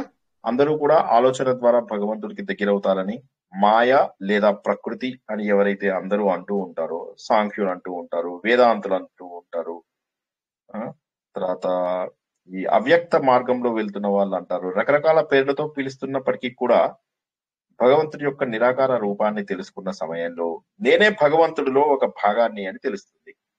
నేను భగవంతుడిలో భాగాన్ని అని తెలిసినప్పుడు 15వ అధ్యాయంలో భగవంతుడిలో ఐక్యం అయిపోతాము. అంటే మానవుడు మాధవుడుగా, జీవుడు దేవుడుగా, నరుడు నారాయణుడుగా, పురుషుడు పురుషోత్తముడుగా మారే అధ్యాయంలోకి ప్రవేశించాలంటే 14వ అధ్యాయం వరకు నేర్చుకున్నటువంటి లక్షణాలలో కొన్ని అయినా మనం అలవర్చుకున్నామా? శత్రువులు బయట లేరు, మన మనసులోనే ఉన్నారు. శత్రువులు బయట లేరు, మన ఇంట్లోనే ఉన్నారు.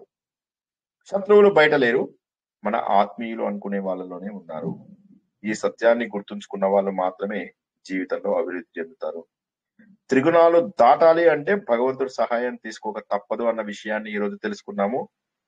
భగవంతుడి యొక్క సహాయాన్ని తీసుకుంటూ అందరూ త్రిగుణాలను మెల్లమెల్లగా దాటడానికి, సాత్విక లక్షణాలను పెంచుకోవడానికి ఈ ప్రవచనాలు ఉపయోగపడతాయని ఆశిస్తూ ఈ అద్భుతమైన అధ్యాయాన్ని, కొన్ని కోట్ల జన్మల అదృష్టంతో మనం నేర్చుకున్న ఈ అధ్యాయాన్ని ఈరోజు ముగించుకుంటున్నాం. జై శ్రీకృష్ణ. శుభం భూయాత్. జై Srikrishna sir. Srikrishna sir. Sir